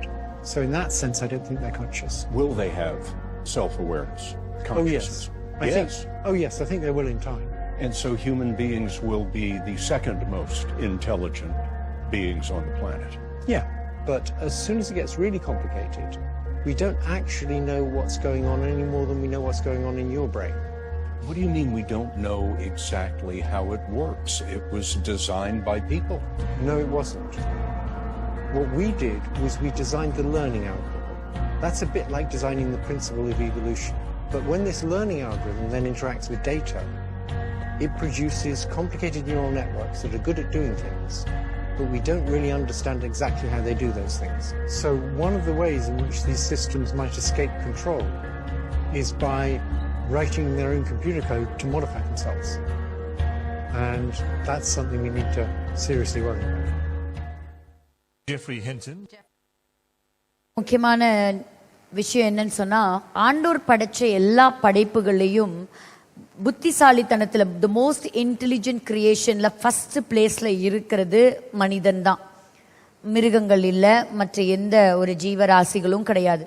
ஆனால் artificial intelligence உடைய கண்டுபிடிப்பு நாளுக்கு நாள் பெருகிறதுனால ஒரு அச்சுறுத்தக்கூடிய செய்தி என்னன்னா, மனிதன் தனக்கு இருக்கக்கூடிய எல்லா கண்ட்ரோலையும் இன்னைக்கு மெஷினுக்கு கொடுக்கறதுனால அதி சீக்கிரத்தில் ஒரு நாள் வருது, மனிதனை விட மெஷின்ஸ் த மோஸ்ட் இன்டெலிஜென்ட் கிரியேஷன்ஸாக மாறுமா. அப்போ மனிதன் செகண்ட் மோஸ்ட் இன்டெலிஜென்ட் கிரியேஷனாக மாறுவான். தன்னைத்தானே அது கம்ப்யூட்டர் கோடு எழுதி தன்னை உயிர்ப்பிச்சுக்கும். ஒரு டேஞ்சரஸான சொசைட்டிக்குள்ள நம்ம நுழையிறோம் அப்படிங்கிறத இனி வரக்கூடிய நாட்கள் அச்சுறுத்தக்கூடிய ஒரு செய்தி. மனிதன் தான் என்ன செய்கிறான் என்பதை தெரியாமலே அவன் செய்துட்டு இருக்கிறான். ஒரு ஆபத்தான ஒரு உலகத்திற்குள் நாம் நுழைகிறோம். இயேசு கிறிஸ்து வரப்போகிற நாட்களிலே எப்படி இருக்குமாம், தானியேல் 2ஆம் அதிகாரத்தில் சொல்லப்பட்ட அந்த பொற்சிலையின் கடைசி பகுதி 42வது வசனம் சொல்லுகிறது, கால் விரல்கள் பாதி இரும்பும் பாதி களிமண்ணுமாய் இருந்தது. என்னவென்றால் அந்த ராஜ்யம் ஒரு பங்கு உரமும் ஒரு பங்கு நெரிசலுமாய் இருக்கிறது. பாருங்க, ஃபர்ஸ்ட் வர்றது இரும்பு, செகண்ட் வர்றது தான் மண். மண் அப்படின்னு சொன்னா மனிதனை சொல்லலாம். கர்த்தர் மண்ணினாலே கர்த்தர் மனிதனை உண்டாக்கினார். இன்னைக்கு மெஷின்ஸ் அப்படின்னு சொன்னா இரும்புனால செய்யப்பட்டிருக்கிறோம். ஸோ முதல்ல இத்தனை நாள் மனிதர்கள் அந்த ஃபர்ஸ்ட் இன்டெலிஜென்ட்டுங்கிற பிளேஸ்ல இருந்தாங்க. நாட்கள் வேகமாய் வருகிறது, மனிதர்கள் செகண்ட் இன்டெலிஜென்ட் பிளேஸ். அதனால்தான் பாதி இரும்பு முதல் வார்த்தையாக, பாதி மண் அப்படிங்கிறது 2வது வார்த்தையாக வருகிறது. ஸோ இந்த வார்த்தையும் ஒரு பக்கம் நிறைவேறி வருகிறது, யுத்தங்களும் யுத்தங்களுக்கான செய்திகளும் நிறைவேறி வருகிறது. இதற்கு இடையிலே சபை கிறிஸ்துவின் வருகைக்காக ஆயத்தமாய் இருப்பது நல்லது. கண்களை மூடி நம்ம ஜெபித்து நம்ம நிறைவு செய்வோம், நம்மளை அர்ப்பணிக்கலாம். எத்தனையோ தீர்மானங்களை இந்த ஆண்டுல நீங்க எடுத்திருக்கலாம். ஆனா இந்த ஆண்டு கர்த்தரை அதிகமாய் தேடவும் அவருடைய ஊழியத்தை நாம் செய்யவும் ஆயத்தமாக காணப்படவும் பரிசுத்தத்தை காத்து கொள்ளுகிறவர்களாக காணப்பட தேவன் நமக்கு உதவி செய்வாராக. எங்களை நேசிக்கிற நல்ல தகப்பனே, ஆண்டவரே, இந்த பைபிள் ஸ்டடியை கர்த்தர் ஆசீர்வதித்து கொடுத்தீங்கப்பா, உமக்கு நன்றி அப்பா. நாங்கள் கடைசி காலங்களிலே நாங்கள் நிற்கிறோம். கர்த்தர் எங்களை ஆயத்தப்படுத்துவீராக. வேதத்தில் எழுதப்பட்ட ஒவ்வொரு வார்த்தையும் சத்தியமானது, அது நிறைவேறுகிறது என்பதை நாங்கள் அறிந்திருக்கிறோம். கர்த்தாவே, எங்களை தகுதிப்படுத்துவீராக.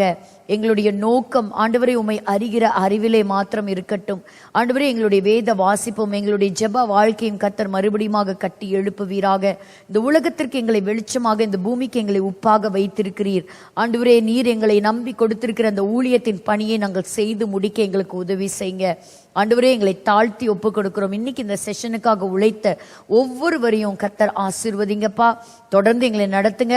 மறுபடியும் உமக்கு சித்தமானால் அடுத்த வாரம் கூடி நாங்கள் கற்றுக்கொள்ள தேவன் கிருபை செய்வீராக. இயேசு கிறிஸ்துவின் மூலம் ஜெபிக்கிறோம் எங்கள் ஜீவனுள்ள நல்ல பிதாவே, ஆமென். எல்லாரும் சேர்ந்து சொல்லுவோம். என் ஆத்மாவே கர்த்தரை ஸ்தோத்திரி, என் முழு உளமையால் பரிசுத்த நாமத்தை ஸ்தோத்திரி. என் ஆத்மாவே கர்த்தரை ஸ்தோத்திரி, கர்த்தர் செய்த சகல உபகாரங்களை மறவாதே. ஆமென். மறுபடியும் உங்களை அடுத்த வாரம் பொற்கலசம் வேத வகுப்பில் உங்களை சந்திக்கிறேன். until then, wishing you all a very happy new year and a blessed week ahead, and good night to all of you. God bless you.